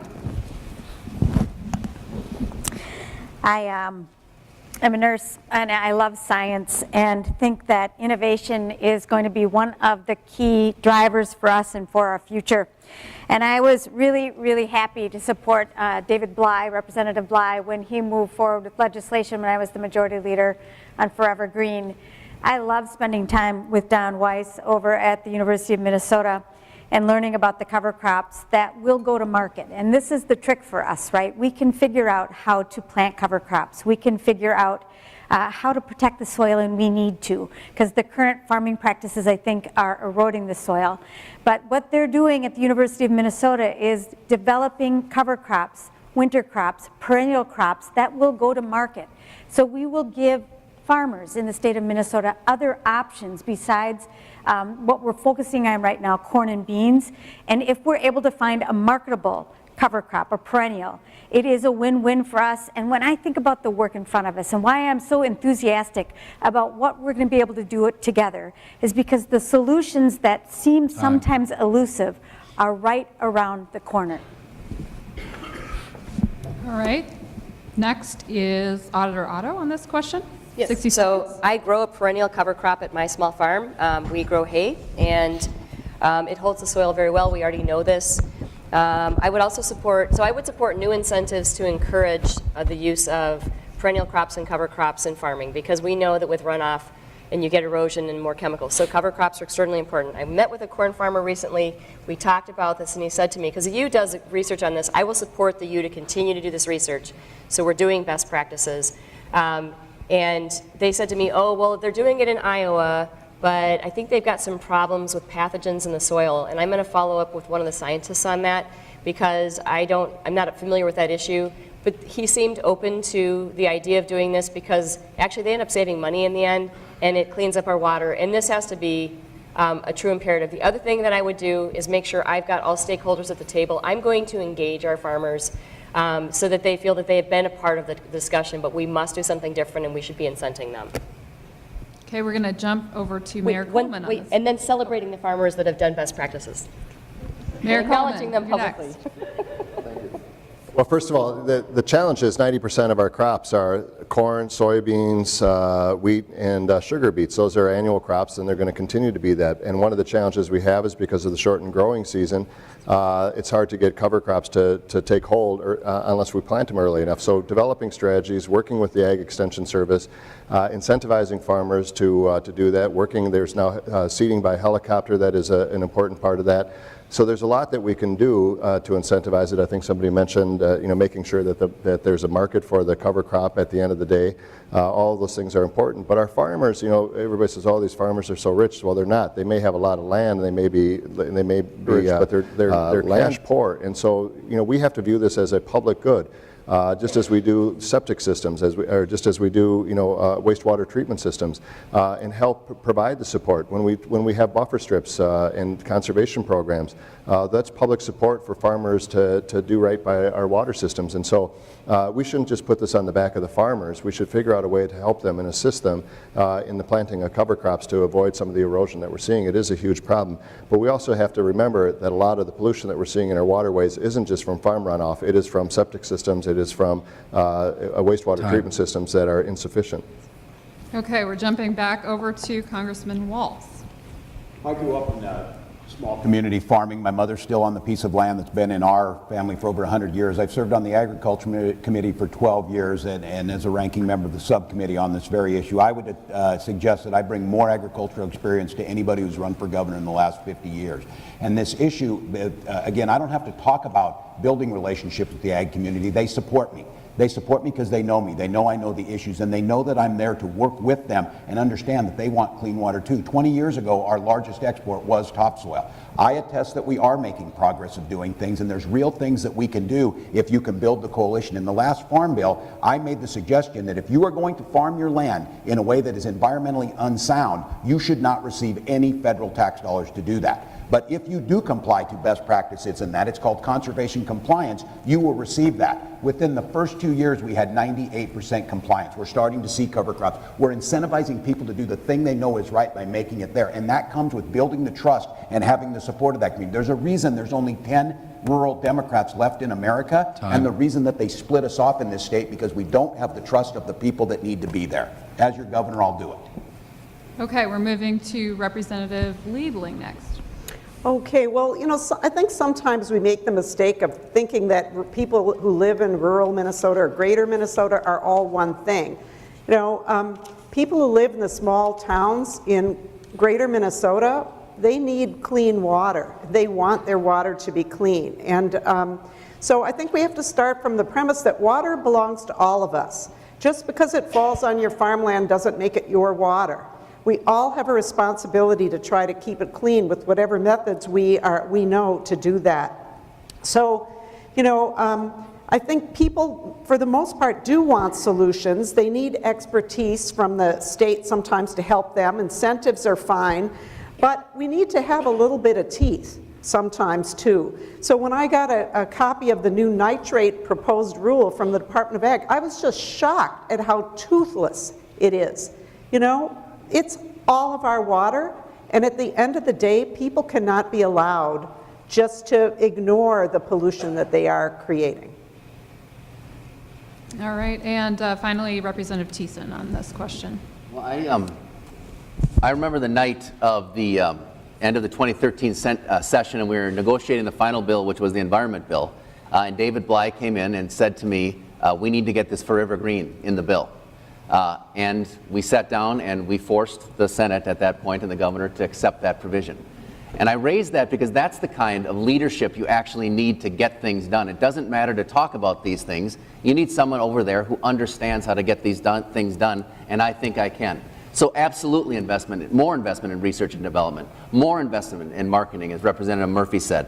But there's other things going on in other states that we should learn from. Iowa is forgiving 5% of the cost of insurance premiums for folks that do this kind of work for cover crops. Maryland is making direct payments to farmers to make sure that they move, and they've gotten to 60% of their land covered in cover crops. Now, obviously, they have much less land than the state of Minnesota.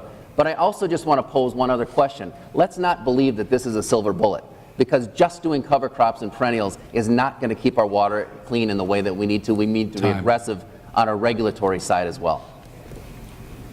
All right, we're going to go to our crowd.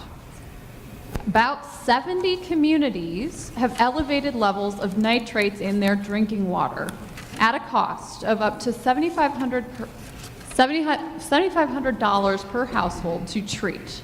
So you got nitrates in your drinking water at home. These are a lot of private wells, and they've got to spend this extra money to make sure that it has safe levels of nitrates.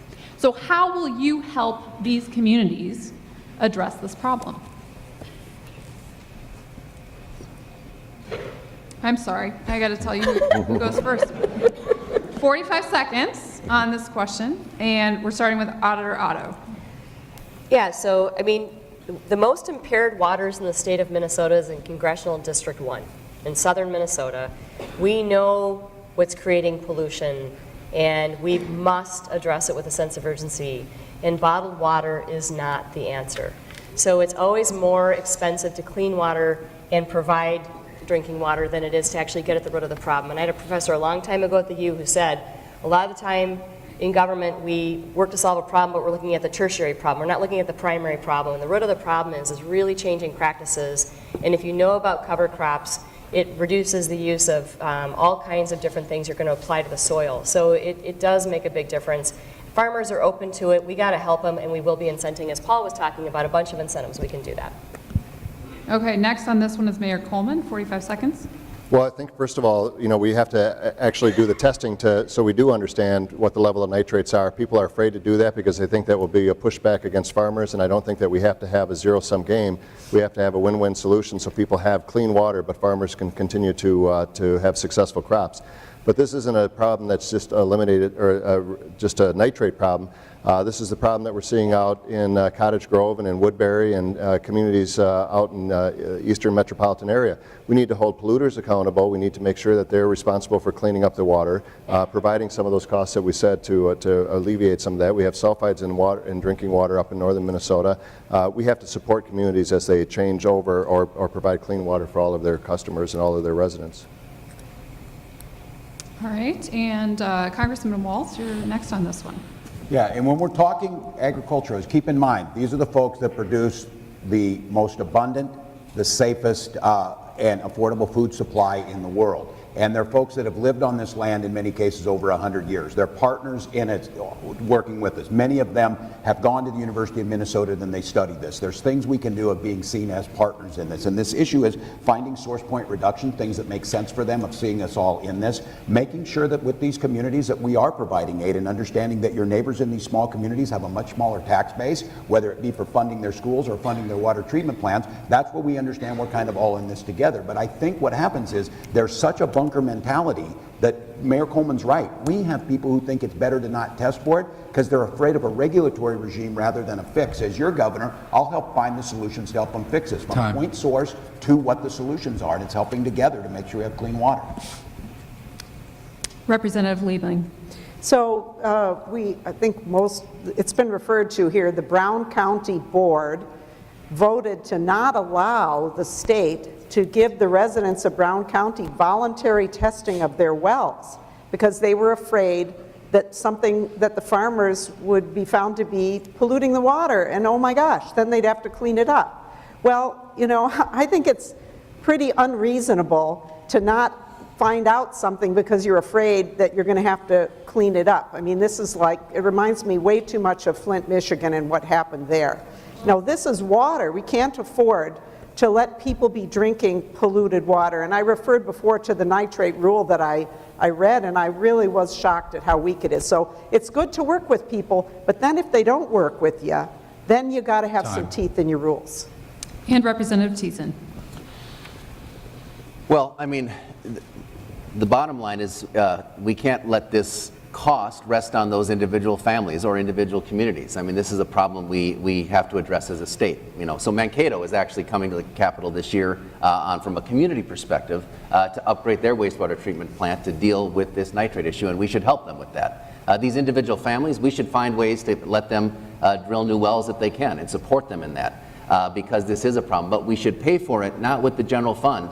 We should pay for it with fees that we collect. We collect fertilizer fees. We collect pesticide fees. Those are the folks that are leading to this pollution, and so we need to focus on that. I also think it's really important that we actually test wells. We don't as a state. We've been resistant to that, and that we invest in wellhead protection to prevent this from happening in the future. Okay, we're going to go back to the crowd again. Oh, did we skip you, Representative Murphy? Oh my gosh, how did I do that? Anyway. Apologize. It's okay. Representative Murphy, we'll go back 60 seconds, and the question again is about this. So it is evident to me, and I'm sure to you as well, that water is something that people value highly in the state of Minnesota. And across the state of Minnesota, people are asking, how do we protect our water? Whether it is the impairment of water that's happening as a result of our current ag practices, or the natural resources work that's happening up in the northwestern part of the state and the northeastern part of the state, or the development that's happening in metropolitan areas. There are many things that are putting pressure on our water. For those communities that are experiencing impaired water, we need to help them. They need to be able to have access to good and clean water. And that's a health issue for me, and it's a justice issue for me, and we have to make sure that we're doing that. I was up in Moorhead and visited a farm up there. It was an organic farm, the Askegard farm, and they talked about the pressure they feel in their community because they've adopted some different practices in the way that they're farming. I grew up in a farming community, and we use conservation practices there, and I think we need to employ those more often. Thank you. Okay, now we're going to go back to the crowd. This question, how do you plan to reduce the methylated mercury in the St. Louis River, which renders the state fish inedible for women of childbearing age and children? And I've got to look here. This is going to be a split question. We're going to go with Congressman Walz, Representative Thiessen, and Mayor Coleman on this, starting with Congressman Walz and this. Oh, just the guys. Yeah, that seems kind of sexist to me. On the next one, it's just the girls. The next one is just the girls. right. So, starting with Congressman Walz here, 60 seconds. Yeah, all of these issues are going to come up, whether it's arsenic, whether it's phosphorus, whether it's methylated mercury because of too much organic matter in the streams.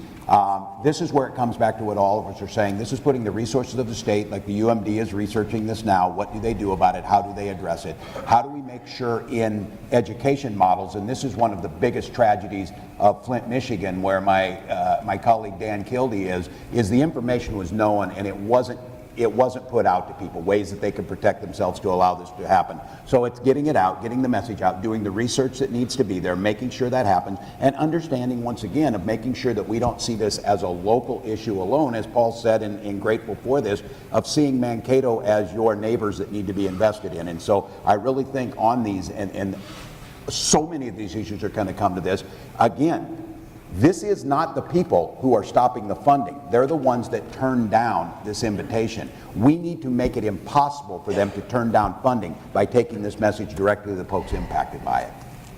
Representative Thiessen.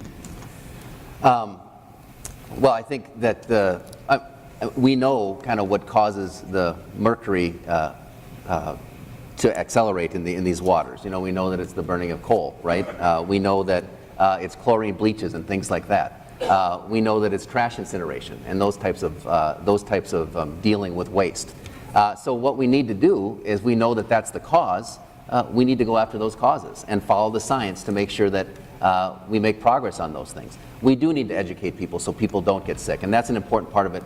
But we also need to understand that this is not just an issue that affects the state of Minnesota. And the pollution that we're seeing in the St. Louis River is not just coming from the state of Minnesota. So we need to build stronger partnerships with other states around the Great Lakes, in provinces around the Great Lakes, so we can actually take this on as a regional issue. And as governor, that's one of the approaches I really want to take to many of the things that we're going to be talking about tonight. And Mayor Coleman. Well, I do you a disservice to pretend like I have a 10-point plan for reduction of mercury in the St. Louis River, because I haven't gotten to that level of detail. But what I will say is I think this is a question of our values. Do we have the will? Do we have the determination to make sure that not only the St. Louis River, but every river across the state of Minnesota and every lake across the state of Minnesota is to the highest standard? I was chair of the Mississippi River Cities and Towns Initiative, which is mayors from everywhere from Bemidji down to New Orleans. It was conservative mayors, it was big town mayors, small town mayors, and we had a common interest. And even though there were a lot of folks that even couldn't mention climate change, couldn't really talk about environmental issues, we figured out a way to come together in a common interest to address serious issues for the Mississippi River, whether that was restoration of wetlands that helped reduce a lot of the pollution that we saw in the Mississippi River, whether it was actually addressing the issue of climate change, which was having a significant economic impact on the river. I think when we come together as people of goodwill with the determination to solve these problems, we can do that, and I certainly will as governor. Okay, so we're going to go to another split question. And again, these split questions, we just have three of the candidates answer them, and it's random. So And these questions are coming in from Pigeonhole, so we don't even know what they're going to be ahead of time. So here we go. Minnesota's water infrastructure is getting old and causing problems with lead in pipes, leaks, pollution, and breaks.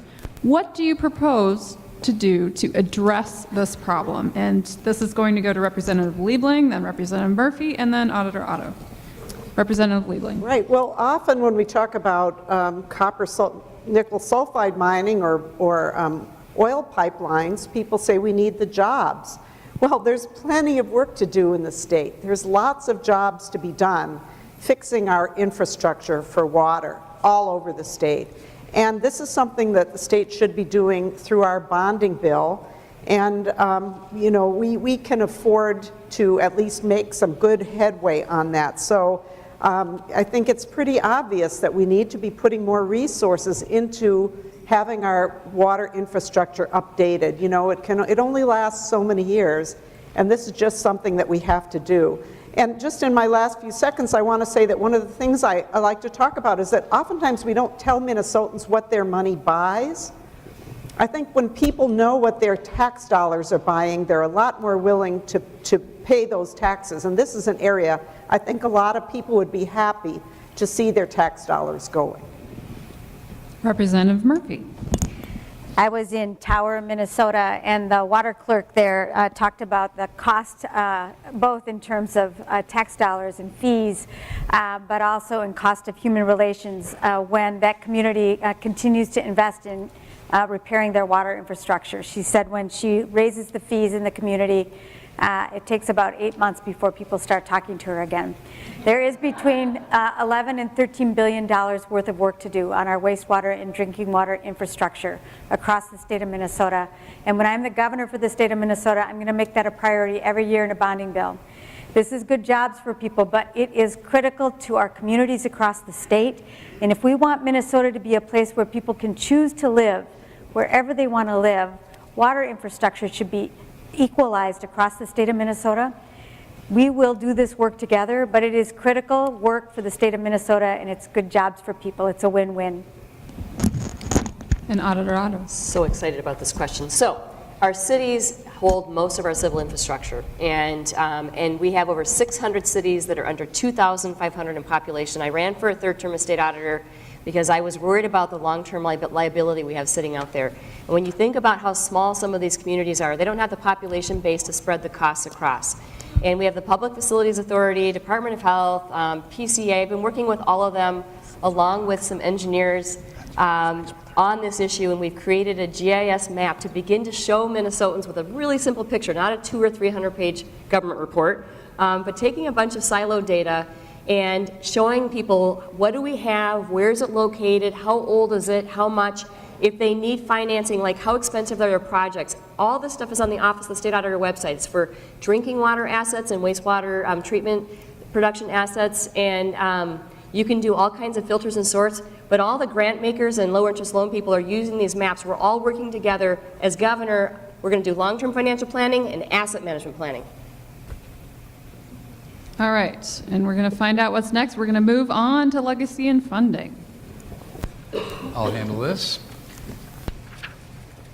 So the first question, this will be a 60-second question. How would you determine when, can everyone hear me? Yeah. Okay, apologize. How would you determine when improper substitution occurs with constitutionally dedicated funds? What tools and authorities would you use to protect these voter-approved funds? This is a question that the candidates have been given in advance. Each will have 60 seconds to answer, and we will start with Representative Thiessen. Well, I voted for the legacy amendment and supported it because I saw the general fund share of money going to the environment decreasing. But I don't know that it's provided the kind of solution that we wanted, and some of it comes right back to this. And this does raise a couple of issues for me. First of all, the way we fund our environmental agencies in the state of Minnesota is absurd. You cannot follow the money because a little bit of it comes from the general fund, but there's so many other streams of money flowing in there. No one knows. Most people don't know where it's coming from. So understanding that piece of it is critically important, and sorting that out so there is some transparency and public accountability is critical. The other thing that the governor can do is understand that one of the reasons that we supplant is because the agencies that the governor is in charge of wants to supplant because they see it as a new source of money to support their operations. We need a governor that's going to reach into the agencies and say that's not okay, and we're not going to do that anymore. Find and fight for it. Don't take the easy way out. Fight for the money in the legislature that you really need to run your agency.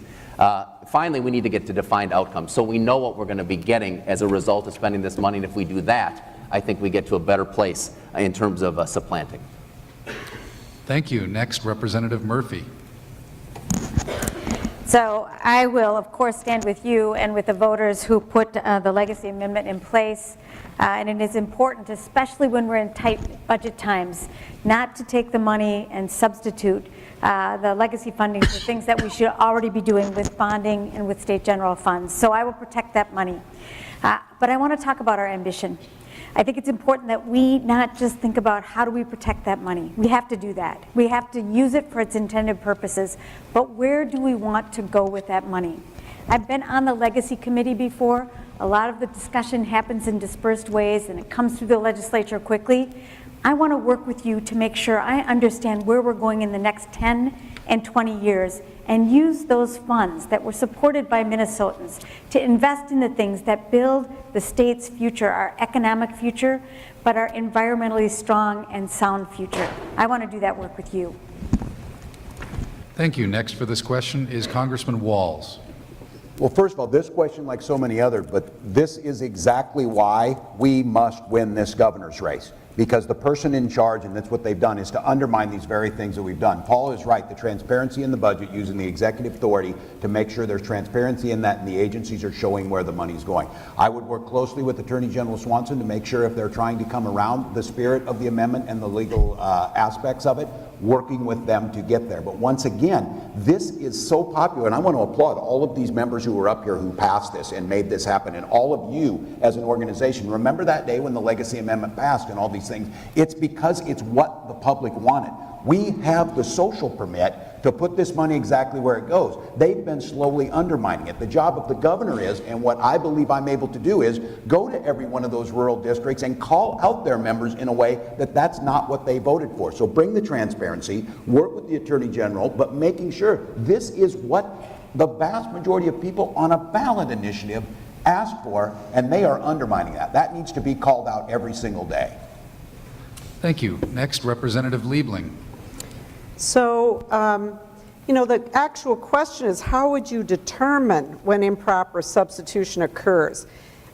It's usually pretty clear, I think, when that's happening. And perhaps more important is why it happens, and that is, I think some of my colleagues have referred to it, that the Republicans are often, they're about smaller government, smaller, smaller, smaller. And we saw under the Pawlenty administration, it really was a lot of shifts, tricks, and gimmicks to pretend that we didn't need money in our government. And one of the places they do these shifts, tricks, and gimmicks is with the legacy money. So I think as governor, what I would do is be willing to veto a bill that substitutes instead of uses the money the way it's supposed to be used. And governors get a lot of what they want. So if you're very clear at the outset about what you will and will not accept, you're usually going to get what you're asking for. Thank you. Next on this question, Mayor Coleman. Well, I think there's actually a pretty easy litmus test to determine whether there was an improper shifting of funding. If the Republicans proposed it, you can pretty much be assured that it was an improper shift of money. The fact of the matter, as I said earlier, before the legacy amendment, we had $20 million worth of bonding. The legacy amendment was supposed to supplement that, not substitute for it. And we need to continue to fight for it and need to continue to invest these resources. But think about this. The moderator said this at the beginning. All candidates for governor were invited to participate tonight. Only Democratic candidates showed up. We're talking about the environment. We're talking about the quality of our water, the quality of our air, the quality of our natural resources, our hunting lands, our farmers. Why in God's green earth would a Republican not show up to have this important conversation? And what are they afraid of? The fact of the matter is they don't care about the environment. They don't stand up and protect it. They don't understand the importance of the history of our environment in the state of Minnesota. And so every one of us on the stage has, I think, a great record to run on. The Republicans need to be held accountable. Thank you. And Auditor Otto. So being the state auditor, I am familiar with the Constitution. I was just in front of the Supreme Court and working to enforce it. The Constitution is the people's contract, and it's limited power they give those that they elect to run their government. And if there's a violation of the Constitution, it's not that hard to figure out. I have a brilliant general counsel right now, Ramona Advani. She will be my general counsel if I become your governor, and we will make sure we do analysis on whether they're supplanting traditional funding, and you veto, that's one tool, and if you need to go to the courts, that's your next tool. But the Constitution is something that must be respected in the state of Minnesota. I've never been afraid to stand up for it. You know, there's a higher bar, and so passing a constitutional amendment is a higher bar, and the legislature does not get to run over the Constitution, which I've seen them doing over and over and over with single subject violations, which have ended up these garbage bills. Very bad environmental policy has been passed with this practice, and I'm actually working to try to stop it with my lawsuit. Thank you. I want to stick for a second with the constitutionally dedicated funds. Mayor Coleman is correct that 6 Republican candidates were invited to this forum, and as I understand it, none elected to attend. But Democratic candidates, I'm not sure you can put everything in on the Republicans. If you recall, Mayor Dayton vetoed a portion of the legacy bill because of some aspects that Representative Phyllis Kahn inserted into it a number of years ago that she supported. And the question to you all, and if you're all still in the field come game fair, you will be asked this question as well, is a yes or no question, which is, will you abide by the Lessard-Sams Outdoor Heritage Council recommendations? And if they are not observed in a bill that comes to you from the legislature, will you veto that portion of the bill? And we're going to go in the same order. This is a yes or no question. Let's go down the line. Start with Representative Thiessen. No, I think is the answer. Okay, Representative Murphy. Yeah, what, can you ask it one more time? I'm sorry. Let's clarify the question again. I apologize. It's all right. If I won't necessarily follow the recommendations of Lessard-Sams if I don't agree with it. that's a fair answer. Does everyone, Representative Murphy, do you understand the question? I do, and my answer is the same as Representative Thiessen's. Congressman Walz. I agree. I would not follow it if I disagreed with it. I think it's important to notice putting people on the board that care about the spirit and the letter of what it's there for is really important job of the government. Okay, I'm going to clarify the question again. I see a couple of people asking. I think you guys understood it, but I see a couple of people. My question is, if the legislature changes the recommendations of the Lessard-Sams Outdoor Heritage Council, and that arrives at your desk as governor, would you veto that bill, or would you stick to the recommendations of the Lessard-Sams Council? You don't always have the ability as governor to affirmatively insert something, so you end up having to veto the thing that's not the recommendation of the council. I know that's a little legal. This is complicated, Dave. But I think a lot of people watching this know this issue very well. This has been an issue, yeah. It has. Representative Liebling. So if I'm understanding this right, the question is, if the legislature changes it, would I veto it just because it's not the recommendation of the Lessard-Sams Council? Correct. And the answer is no. Thank If you. I otherwise agree. Mayor Coleman. This is why I could never complete building projects that my kids got for Christmas. So insert slot.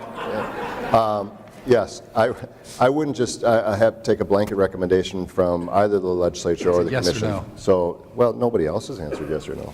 The answer is I would reserve the right to make an independent determination. Okay, that's a maybe. And Auditor Otto.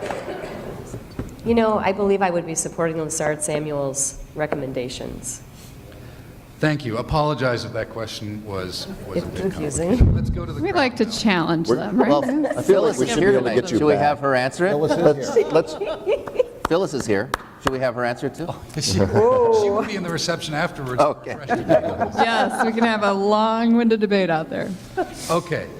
45-second question from the crowd now for all of the candidates. This is one we haven't seen. Since 2001, the state commitment of general fund dollars for environment and conservation has dropped from a consistent 2% of the budget to less than 1%. Would you work to reverse this trend? And if so, how? For this question, we'll start with Representative Murphy. You have 45 seconds. I don't need 45 seconds to answer this question. I think Minnesotans agree. And much of what we're talking about tonight, Minnesotans support. It is important that we're investing in our environment and our land and in Minnesota's heritage. So yes, I would reverse the trend as you're describing, and that would be, you'd seen that in the budget that I proposed when I'm first elected. Next, Congressman Walz. Yes, of course. And again, I would, all of you, this singing, the choir singing on this, we know what needs to be done. We know this makes sense. And the issue is can we take this message and convince our friends and neighbors of this? This is the real key that's happening here. Because come November, this is going to be the debate. The debate is the Republicans going after them and saying that Democrats are increasing your taxes and doing all this. We need to be strategic and smart of how we build the coalition to make this absolutely politically untenable for them if they don't do this. The public has asked for this. They know the return on the dollar is good. We need to know where their tax dollars are going and tell people that, but get to them and make them have ownership in this. These are not people that are dug in where they're at, but if we think they're just going to go to it because we tell them we have a better plan, we always have better plans and still lose elections. We got to be smarter on how we do that, and that's how you increase it. Thank you. Next up, Representative Liebling. So I think the question is, I'm going to reframe it a little bit. I don't think it's important what percentage of the budget we spend on something, because that's relative to the size of the budget and what other things are costing. But if the question is, would I insist on having adequate funding for environmental issues and that we not be decreasing that when our needs are increasing? Absolutely. So I would say absolutely I would press for adequate funding so that we can preserve and improve our environment. I think it's important, in my estimation, as I've gone around the state, this is incredibly important to everyone, wherever they live in this state. Everyone cares about their water, everyone cares about their air, and most people, at least Democrats, care about climate change. Thank you, Mayor Coleman. It's hard to improve upon Tina's answer because it is exactly right. It's not a percentage question. It's are the resources adequate? This is the same issue we face with local government aid, which is about the same percentage of overall funding.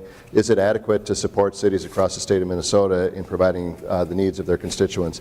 But the fact of the matter is we need to make sure that we're doing that. We need to make sure that we have adequate resources. But there's a whole list of things that we as candidates are supporting. And the issue is, in an issue of an unbalanced budget, how are we going to get there? In 2010, Governor Dayton ran on a very clear message. I'm going to make sure that millionaires and billionaires and large corporations in the state of Minnesota pay their fair share. They just got a huge tax break by the Congress and by the President. I want to make sure that millionaires and billionaires pay their fair share so that we can address adequately the needs of the state of Minnesota. Thank Can you. I clarify on that? That's the Republican Congress. Be specific. Yeah, that might be right. Yeah, I think that is accurate. Yeah. Moving right along, gentlemen. Auditor Otto, this question is to you next. So as governor, you set the budget and you present a budget. And so our budgets always reflect our priorities, and I will work to increase and get back up to the level that we were at before, because again, it's a value and a priority of ours as Minnesotans. And to be perfectly honest too, it's not that hard. Your job is to win the hearts and minds and make sure you're reflecting the agenda of Minnesotans. And when people try to degrade plans that I put out that are game-changing, they're extraordinarily strong economic plans, that's just the definitive plans I'm selling to Minnesotans right now that reflect their hopes and dreams. And I did this huge listening session, and that's how you win as governor. I have a governor who mentored me for a long time. And this is exactly what you do to win. And it's a grassroots campaign, and we can win, and we can make extraordinary things happen. Time. Thank you, Representative Thiessen. Absolutely, I would reverse that trend and get back to the funding levels that we had before. You have to do it in a couple ways. One of the things I think you really have to be we have to be much better about is defining the outcomes that we want to get from our investment of environmental dollars. People don't understand what they're getting in response to that. We need to have more transparency. We also need to fight for and stand up for the public employees who are doing amazing work and get denigrated as a result of that. That's one of the reasons this funding has gone down. But we also need a stable budget. And one of the things I'm most proud of when I was Speaker of the House, and it's not easy, it's hard work, but to get that tax raise that Mayor Coleman talked about passed was a big job. And making sure we made the right investments using that money was also a big job. I'm the only one who has gone through in the detail on this stage who has actually gone through that process and been there in the trenches fighting for that. And that is how we're going to get this work done. Thank you. We are now moving on to the next session. These are cross-cutting issues. And we're going to shorten these. These are going to be 45-second answers. You want to take the first one? Yes, sorry. The first question. Minnesota environmental problems, many believe, fall disproportionately on people of color, tribal communities, and people with low incomes. As governor, what steps would you take to address these disparities? This was a question the candidates received in advance. You have 45 seconds to answer it. We're starting with Representative Thiessen. Well, there's a lot that we can do on this subject. I'm going to just focus in on two things quickly. The first thing is I have some legislation called equity notes that would basically say not only do you look at the cost of a bill, but you look at whether that bill is going to increase or decrease these opportunity gaps, these racial disparities that we see in many ways, and absolutely in the environmental area you see that. In fact, I passed it off the House floor in the legacy bill to have this reporting done. It was stripped out in conference committee, unfortunately, but that is one of the approaches we can take. Let's be intentional about the policies we adopt to make sure that they're going to be closing those unfortunate gaps. The second thing we have to do is we have to respect the sovereignty of the tribes. And that's a fundamental principle for me, and it's something that I will always stand up for. Thank you. This question next goes to Mayor Coleman. Well, unfortunately, environmental injustice has been as much a part of this country since the Pilgrims landed on Plymouth Rock as any other aspect of it. And the fact is we have to work hard to reverse what we have done and the damage that we have done to communities of color, to tribal communities, and to low-income folks. If you look at the issue of climate change, who is going to be most impacted by it? People in the inner city, low-income communities, people of color that don't have air conditioning when there's a 120-degree heat index. Getting kids outdoors, getting them to participate. It's one of the things I did. We had a program where we send kids out to Glacier National Park just so they can experience the outdoors because they have to buy in and they have to get the benefits of having a great environment in the state of Minnesota. One of the reasons why we're getting, moving towards organized collection, it's an environmental justice issue. If you have trash collection in Highland, it's one thing, but if you're in Frogtown, our alleys are filling with garbage because we don't have organized trash collection. There's a lot of folks that are getting beat up on that issue, but it's an environmental justice issue. Thank you. Auditor Otto, you're next with this question. 45 seconds. My Minnesota Power Plan will greatly reduce carbon emissions, and a lot of our lower income communities live close to big highways and big roads, and so higher levels of asthma, COPD. So that's going to greatly improve many people's lives. Pipelines, copper mining, copper mining impacts wild rice. And wild rice is an extraordinarily important crop to protect and for our Native communities. So anyway, making sure that we're doing our very best to make sure that they can harvest that rice, which is sacred to them. And that's it. Thank you. Representative Murphy. The social determinants of health, I think, are important to consider when we think about this question. Where we live, the housing that we live in, the neighborhood we live in, our economic stability, our actual health and education. Those things and lack of access to them are often concentrated in communities of color and low-income neighborhoods and for tribal communities. And when I am the governor, I'm going to be making decisions with the distinct lenses of health and equity. One thing that I think is going to be very important when I think about my administration and when I think about Lessard Sams and when I think about LCCMR is the people appointed to those groups are going to look like Minnesota and our future. We will have a representative cabinet. We will have representative councils so that the lived experiences of Minnesotans are represented in the government. Thank you. Next, Congressman Walz. All of us have had the better part of a year to build campaigns to show that we're viable to be able to win in Minnesota. We've also have the opportunity in this that it's a job interview to show how we're going to act. How are we treating our employees? Are we paying a living wage? Are we providing health care? And in my campaign, I did something very different. I had a running mate form the ticket early, which is Peggy Flanagan, a proud daughter of the White Earth Nation of Ojibwe, to show what we're really going to do, how we're going to talk about this. But I think the real question for all of us in this room is, we all know that environmental degradation falls most impactful on those economically challenged and people of color. I ask you to look around the room. How diverse is the room here tonight? How diverse are the boards of our organizations? How are we engaging those people to be leaders in this, not just the kids engaging, but all of us? And I think as your governor, modeling it and getting out there and building that is one of the ways we show how we address this. Thank you. And finally, Representative Liebling. So racial disparities in our state are really, really bad. And this is something that as Minnesotans, all of us should be hanging our heads in shame. But more importantly, if we allow this to go on, it's going to impact all of us. This is really about how we're going to go forward as a state. We have been very fortunate. Our Commissioner of Health set us on a path toward something called Health in All Policies, which I think is great. He's done a lot of work, and we should continue that work on health equity.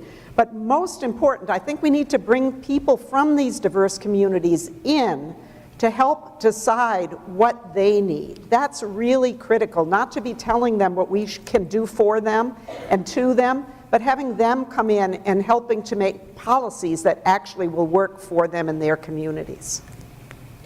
All right, we're going to move on to the another cross-cutting question. This may be our last question. We'll see what our timekeepers say. Neonicotinoid-coated seeds are killing bees and aquatic organisms, yet remain unregulated in Minnesota. Would you support a treated seed program to provide the state with authority to regulate these seeds? 45 seconds. This one goes first to Mayor Coleman. This should be an answer, a yes or no question. Yes is the answer. I think that we need to do a lot of things to restore our native habitat. We have taken very specific steps in the city of St. Paul to create spaces for pollinators. One of the things I was very proud of, my mother-in-law, may she rest in peace, was a firm believer that you had to create your yards to be receptive to pollinators and to butterflies. And so every summer I have the benefit of sitting out in my front yard looking at the pollinators, looking at the butterflies, because we can take individualized action. This doesn't have to be just a state action to help restore our pollinator community, but we do have to regulate it. We do have to, when we know an exact cause for a problem like neonicotinoids, if I've said that correctly, then we need to address that. And to say otherwise is to doom us all to a really unpleasant future. Auditor Otto? We should absolutely have a conversation about having a treated seed program where we can regulate. You know, we all like food, and our pollinators are necessary in order to grow food, and we've been learning a lot about pollinators and neonics, and we have issues around habitat, not enough habitat for some of our pollinators, and there's a lot of really great work going on around our state with increasing habitat and educating people around neonics, and also greenhouses changing their practices as well so we can get plants that are neonic free. But this is we don't always get the importance of these little critters, but they are important, and so I think it's worth a conversation and making sure we follow evidence-based practices. Representative Murphy?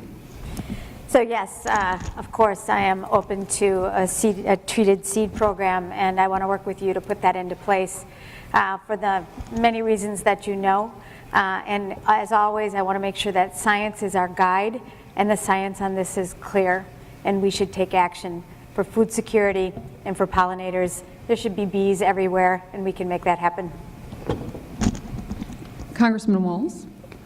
To apply pesticides, you have to be licensed, and it's a rigorous process to do it. On these coated seeds, you do not, but I would ask all of you in here, again, look at the way the question is worded and think of that farmer in southern Brown County that the first thing they hear is that we're going to regulate. This is an issue of giving them the tools necessary to understand the risks by these, to give them the ability to be able to find solutions that go around that. If it does come about being licensing, bring them into the process of helping write the licensing that will reduce the runoff of this, because what they do and why they're digging in and why this bunker mentality is, the first word they hear is regulate on this. When they are highly regulated on under pesticides, this is an issue of education, getting it out to folks, finding the partners in it. They're the ones that are going to be handling the seeds. They're the ones that are going to be putting them down. They don't want to spend one more penny than they have to. This is where we get partners to get to the goal of making sure we don't have our pollinator destruction. Representative Liebling. Well, this is one of those issues that I was talking about in the beginning. This is about big corporate giants who are making big bucks on these seeds. I think it's Monsanto that's behind all of this. You know, for the farmer will be fine if Monsanto changes its practices. And I think that we have to stand up for this. We all need the bees. We cannot afford to have them die. We know what the science is. And, you know, just because somebody has lots of lobbyists at the Capitol, this is where we have to have a backbone and stand up for people's health and stand up for our entire industry. I mean, a lot of people want to grow stuff, and they're not going to be able to do it without the bees. And finally, Representative Thiessen. Well, I do support a treated seed program. I think it's dangerous, though, when we talk about this as kind of a bad guys versus good guys issue, because quite frankly, treated seeds are actually better in many cases than just spraying pesticides. But it's also worse when we have them in concentrated amounts, and it's getting to that nuance, I think, that is going to be the key. It's not a, you know, I'm right and you're wrong kind of issue, and too many times in the conversations we have around these issues, we take the approach of I'm right and you're wrong, and that doesn't get us, that doesn't advance the ball for us. So I think it's really important what Congressman Walz said, is that as we have this discussion, we have to bring the farmers and others who are part of this discussion into the discussion early on to understand how to set this up in a way that's going to work for them, but get the outcome we want. And I am confident we can do that if we actually understand that there's nuance here. Hey!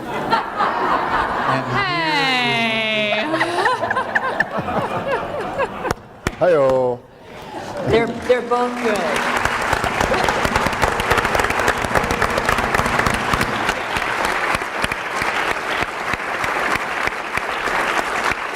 We thank the candidates, but we are not quite done yet, correct? We're doing closings? We're doing closing statements. Yes. I would just like to say thank you, everyone who's in the theater, for being here, and thank you for tuning in if you're live streaming this at home. We noted it before, but these 6 candidates were not the only ones invited. We did, the organizers of this event did invite other candidates from other parties. I would just say that if you are out there listening to this and you didn't hear an answer that you were hoping to hear, keep asking questions of all these candidates. And I'm committed in the next, what is it? How many days left before Election Day? Anybody? Nobody's counting. Nobody's counting. Okay, well, I'm committed to keep asking these questions of all candidates as we move through the campaign season, and encourage all of you to be engaged in asking questions and discussing these topics. Yeah, and we've covered a lot of ground tonight, but we do have the final closing statements from each candidate. Each candidate will have no more than 60 seconds to provide their closing statement. We're going to go in reverse alphabetical order. We're going to start with Congressman Walz. The teacher in me, I welcome that. But thank you all. Thank you to our moderators. Did a great job. To all of you, as the teacher in me too, is thank you for your attention. But more importantly, thank you for believing in our democracy. This is what's called upon us. I never prepared my life to run for office. I have teaching and coaching. I served in the military. I now have the distinction and the honor of being the highest ranking enlisted service member in the history of this country to serve in the United States Congress. And I've approached the issues that the decency and the goodness of this country is dependent on us being engaged in this. I've taken a progressive message in a district that the second Democrat in 125 years to win, but not just winning elections, building coalitions to solve problems, to move forward on things like suicide, veteran suicide, and opioid reduction, moving forward on this idea that every child, it's what motivated me to run for office, every child in my class needed to have an opportunity, and not every child came with those same opportunities when they got there. We as a state can figure out how to do that. When we do that, we are better, we're more prosperous, and we're fairer. And the inclusion of everyone into that matters. As your governor, I will take this message into every Legion Hall from Sleepy-Eyed International Falls. I will stand up and build these coalitions to get things done. I will stand on our progressive values, and we can and must win. Thank you for being here. Thank you, Congressman Walz. Representative Thiessen next. Talk and walk. You are being timed as soon as you go. Okay, thank you. Well, thank you all for coming out and for listening today. Thank you for the questions, and thanks to everybody up here. You know, this is a really, really serious topic, and it does require a lot of nuance and discussion as we think about how we're going to get to the right solutions.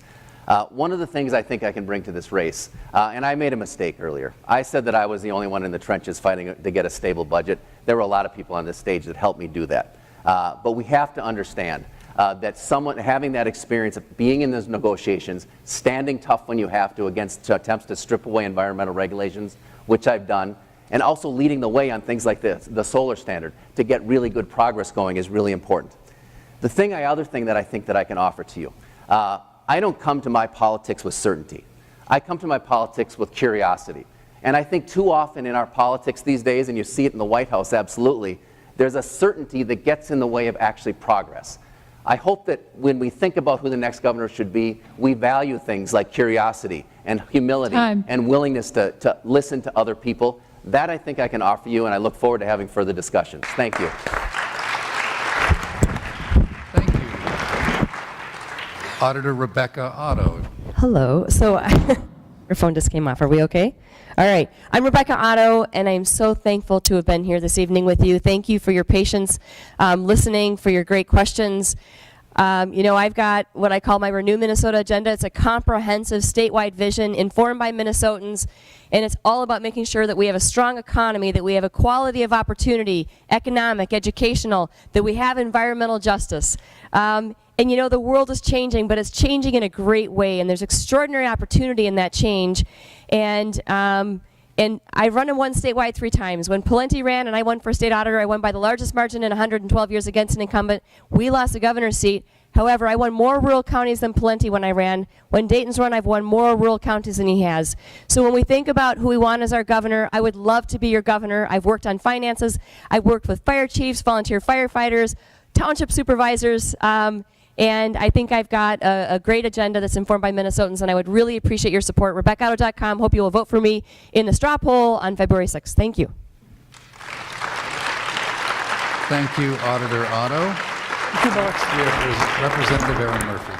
I will confess to you that I love politics, and I have a lot of faith in us. I want to build our bright future. I want to do that with you.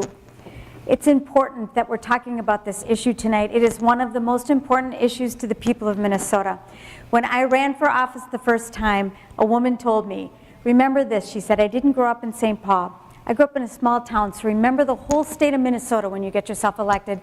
And I, for the last 11 years, have spent my time with the people of Minnesota all over, in our farm fields, in our schools, in our hospitals and clinics, and Minnesotans have been my very best teachers. And as a result of that time, I am devoted to us and to our future. There are people who suggest that because we might lose this election that we should not confront the tough issues in front of us. But I believe to win this election, we have to stand up for what we believe in. We have to stand up for the things that build our bright future. We are on a fight on the front line here in the state of Minnesota for a progressive future for the people of Minnesota. And we're on the front line of a fight for the soul of this nation. And if you believe, like I do, that we can build this future together, I hope you'll join me. Thank you very much. Thank you, Representative Murphy. Next, we have Representative Tina Liebling. All right, well, thank you all. I too appreciate your being here and your attention. So, it would be great if we lived in a world right now where we didn't have to hear the political bickering that we hear. I think a lot of us don't like that. And we'd love to have a politics where we could say, let's all just find creative solutions and we can agree on stuff and then we can move forward. Unfortunately, that's not the world we live in. We live in a world where special interests, the 1%, whatever you want to call them, power and money are being more and more concentrated. And a lot of that is around fossil fuels. How can we deny that? So some of it is around chemicals. I mean, these giant corporations are having their way with us. And so we have to fight for the things that we want. You can always compromise after you fight. I like to tell people I've been married 32 years, so I know how to compromise. But if you're looking for a bold progressive for your next governor, just remember what TINA stands for. There is no alternative. So I would appreciate your vote on February 6th. Thank you. Thank you, Representative Liebling. And for the final closing statement, we have Mayor Chris Coleman. October of 2005, I stood on this very stage debating the former mayor of the city of St. Paul. And at that time, I pledged that if I was elected mayor, I would make St. Paul a leader on the fight against climate change. And that's exactly what we did. I said that we would make St. Paul a leader on sustainability and environmental protection, and that's exactly what we did. My very first act of mayor was to sign the Mayor's Climate Protection Agreement with mayors across the United States of America. And we went out and we actually did the hard work. We have great candidates here, folks, but there's one candidate that has 12 years of a record of leading an administration, of bringing a community together and focusing in on the important environmental issues of our time. As environmentalists, as Democrats, we can't afford to get into a circular firing squad because we're not peer on every single issue. We're going to have disagreements. We're going to have fundamental things that we say, I don't agree with you on. But at the end of the day, we need to make sure that a Democrat wins this office, that makes sure that we have environmental protections on the issues of this, that we're facing in the state, and we have someone that leads on that issue. I have done it for 12 years. I will do it as your next governor. Thank you so much. Thank you, Mayor Coleman. And I waited till the end to lose my voice. Thank you, candidates, and let's go back to Stephanie. Thank you. I'd just like to start by asking you all to join me in thanking our candidates and moderators who joined us tonight. Thank you.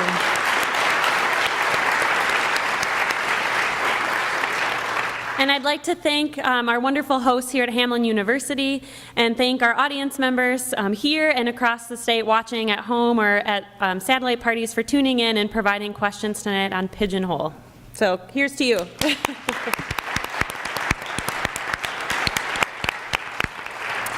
Just a few last things before we close out for this evening. The audience poll is now live on Pigeonhole until 9:30 p.m. So we ask that you please go on to Pigeonhole again and answer the following question. Which of tonight's participating candidates do you think best represented your environment and conservation priorities? For those who are here tonight and want to watch a rerun, or for folks who missed this forum tonight, we'll have a recording of tonight's event available online in the coming days, so please keep your eye on announcements from event partners on that soon. And finally, for attendees who are at Hamline University, we have some light refreshments, including a cash bar available in the atrium, so we hope you stick around to join us. And to close out, we're grateful for the wonderful audience participation at tonight's forum, and we hope you'll all consider participating in your party caucuses on February 6th. If you'd like to look for more information about that, you can go to the Secretary of State's website for the information on the caucus of your choice. With that, I think we'd like to thank the candidates and all of you again. Have a great night. We're adding more space on Pigeonhole, so if they need to wait a minute to vote, we're getting it so if they might have to wait. Wow, it's live. I've just been informed if Pigeonhole doesn't work right away, just give it a second. But you're good. Thanks for being here.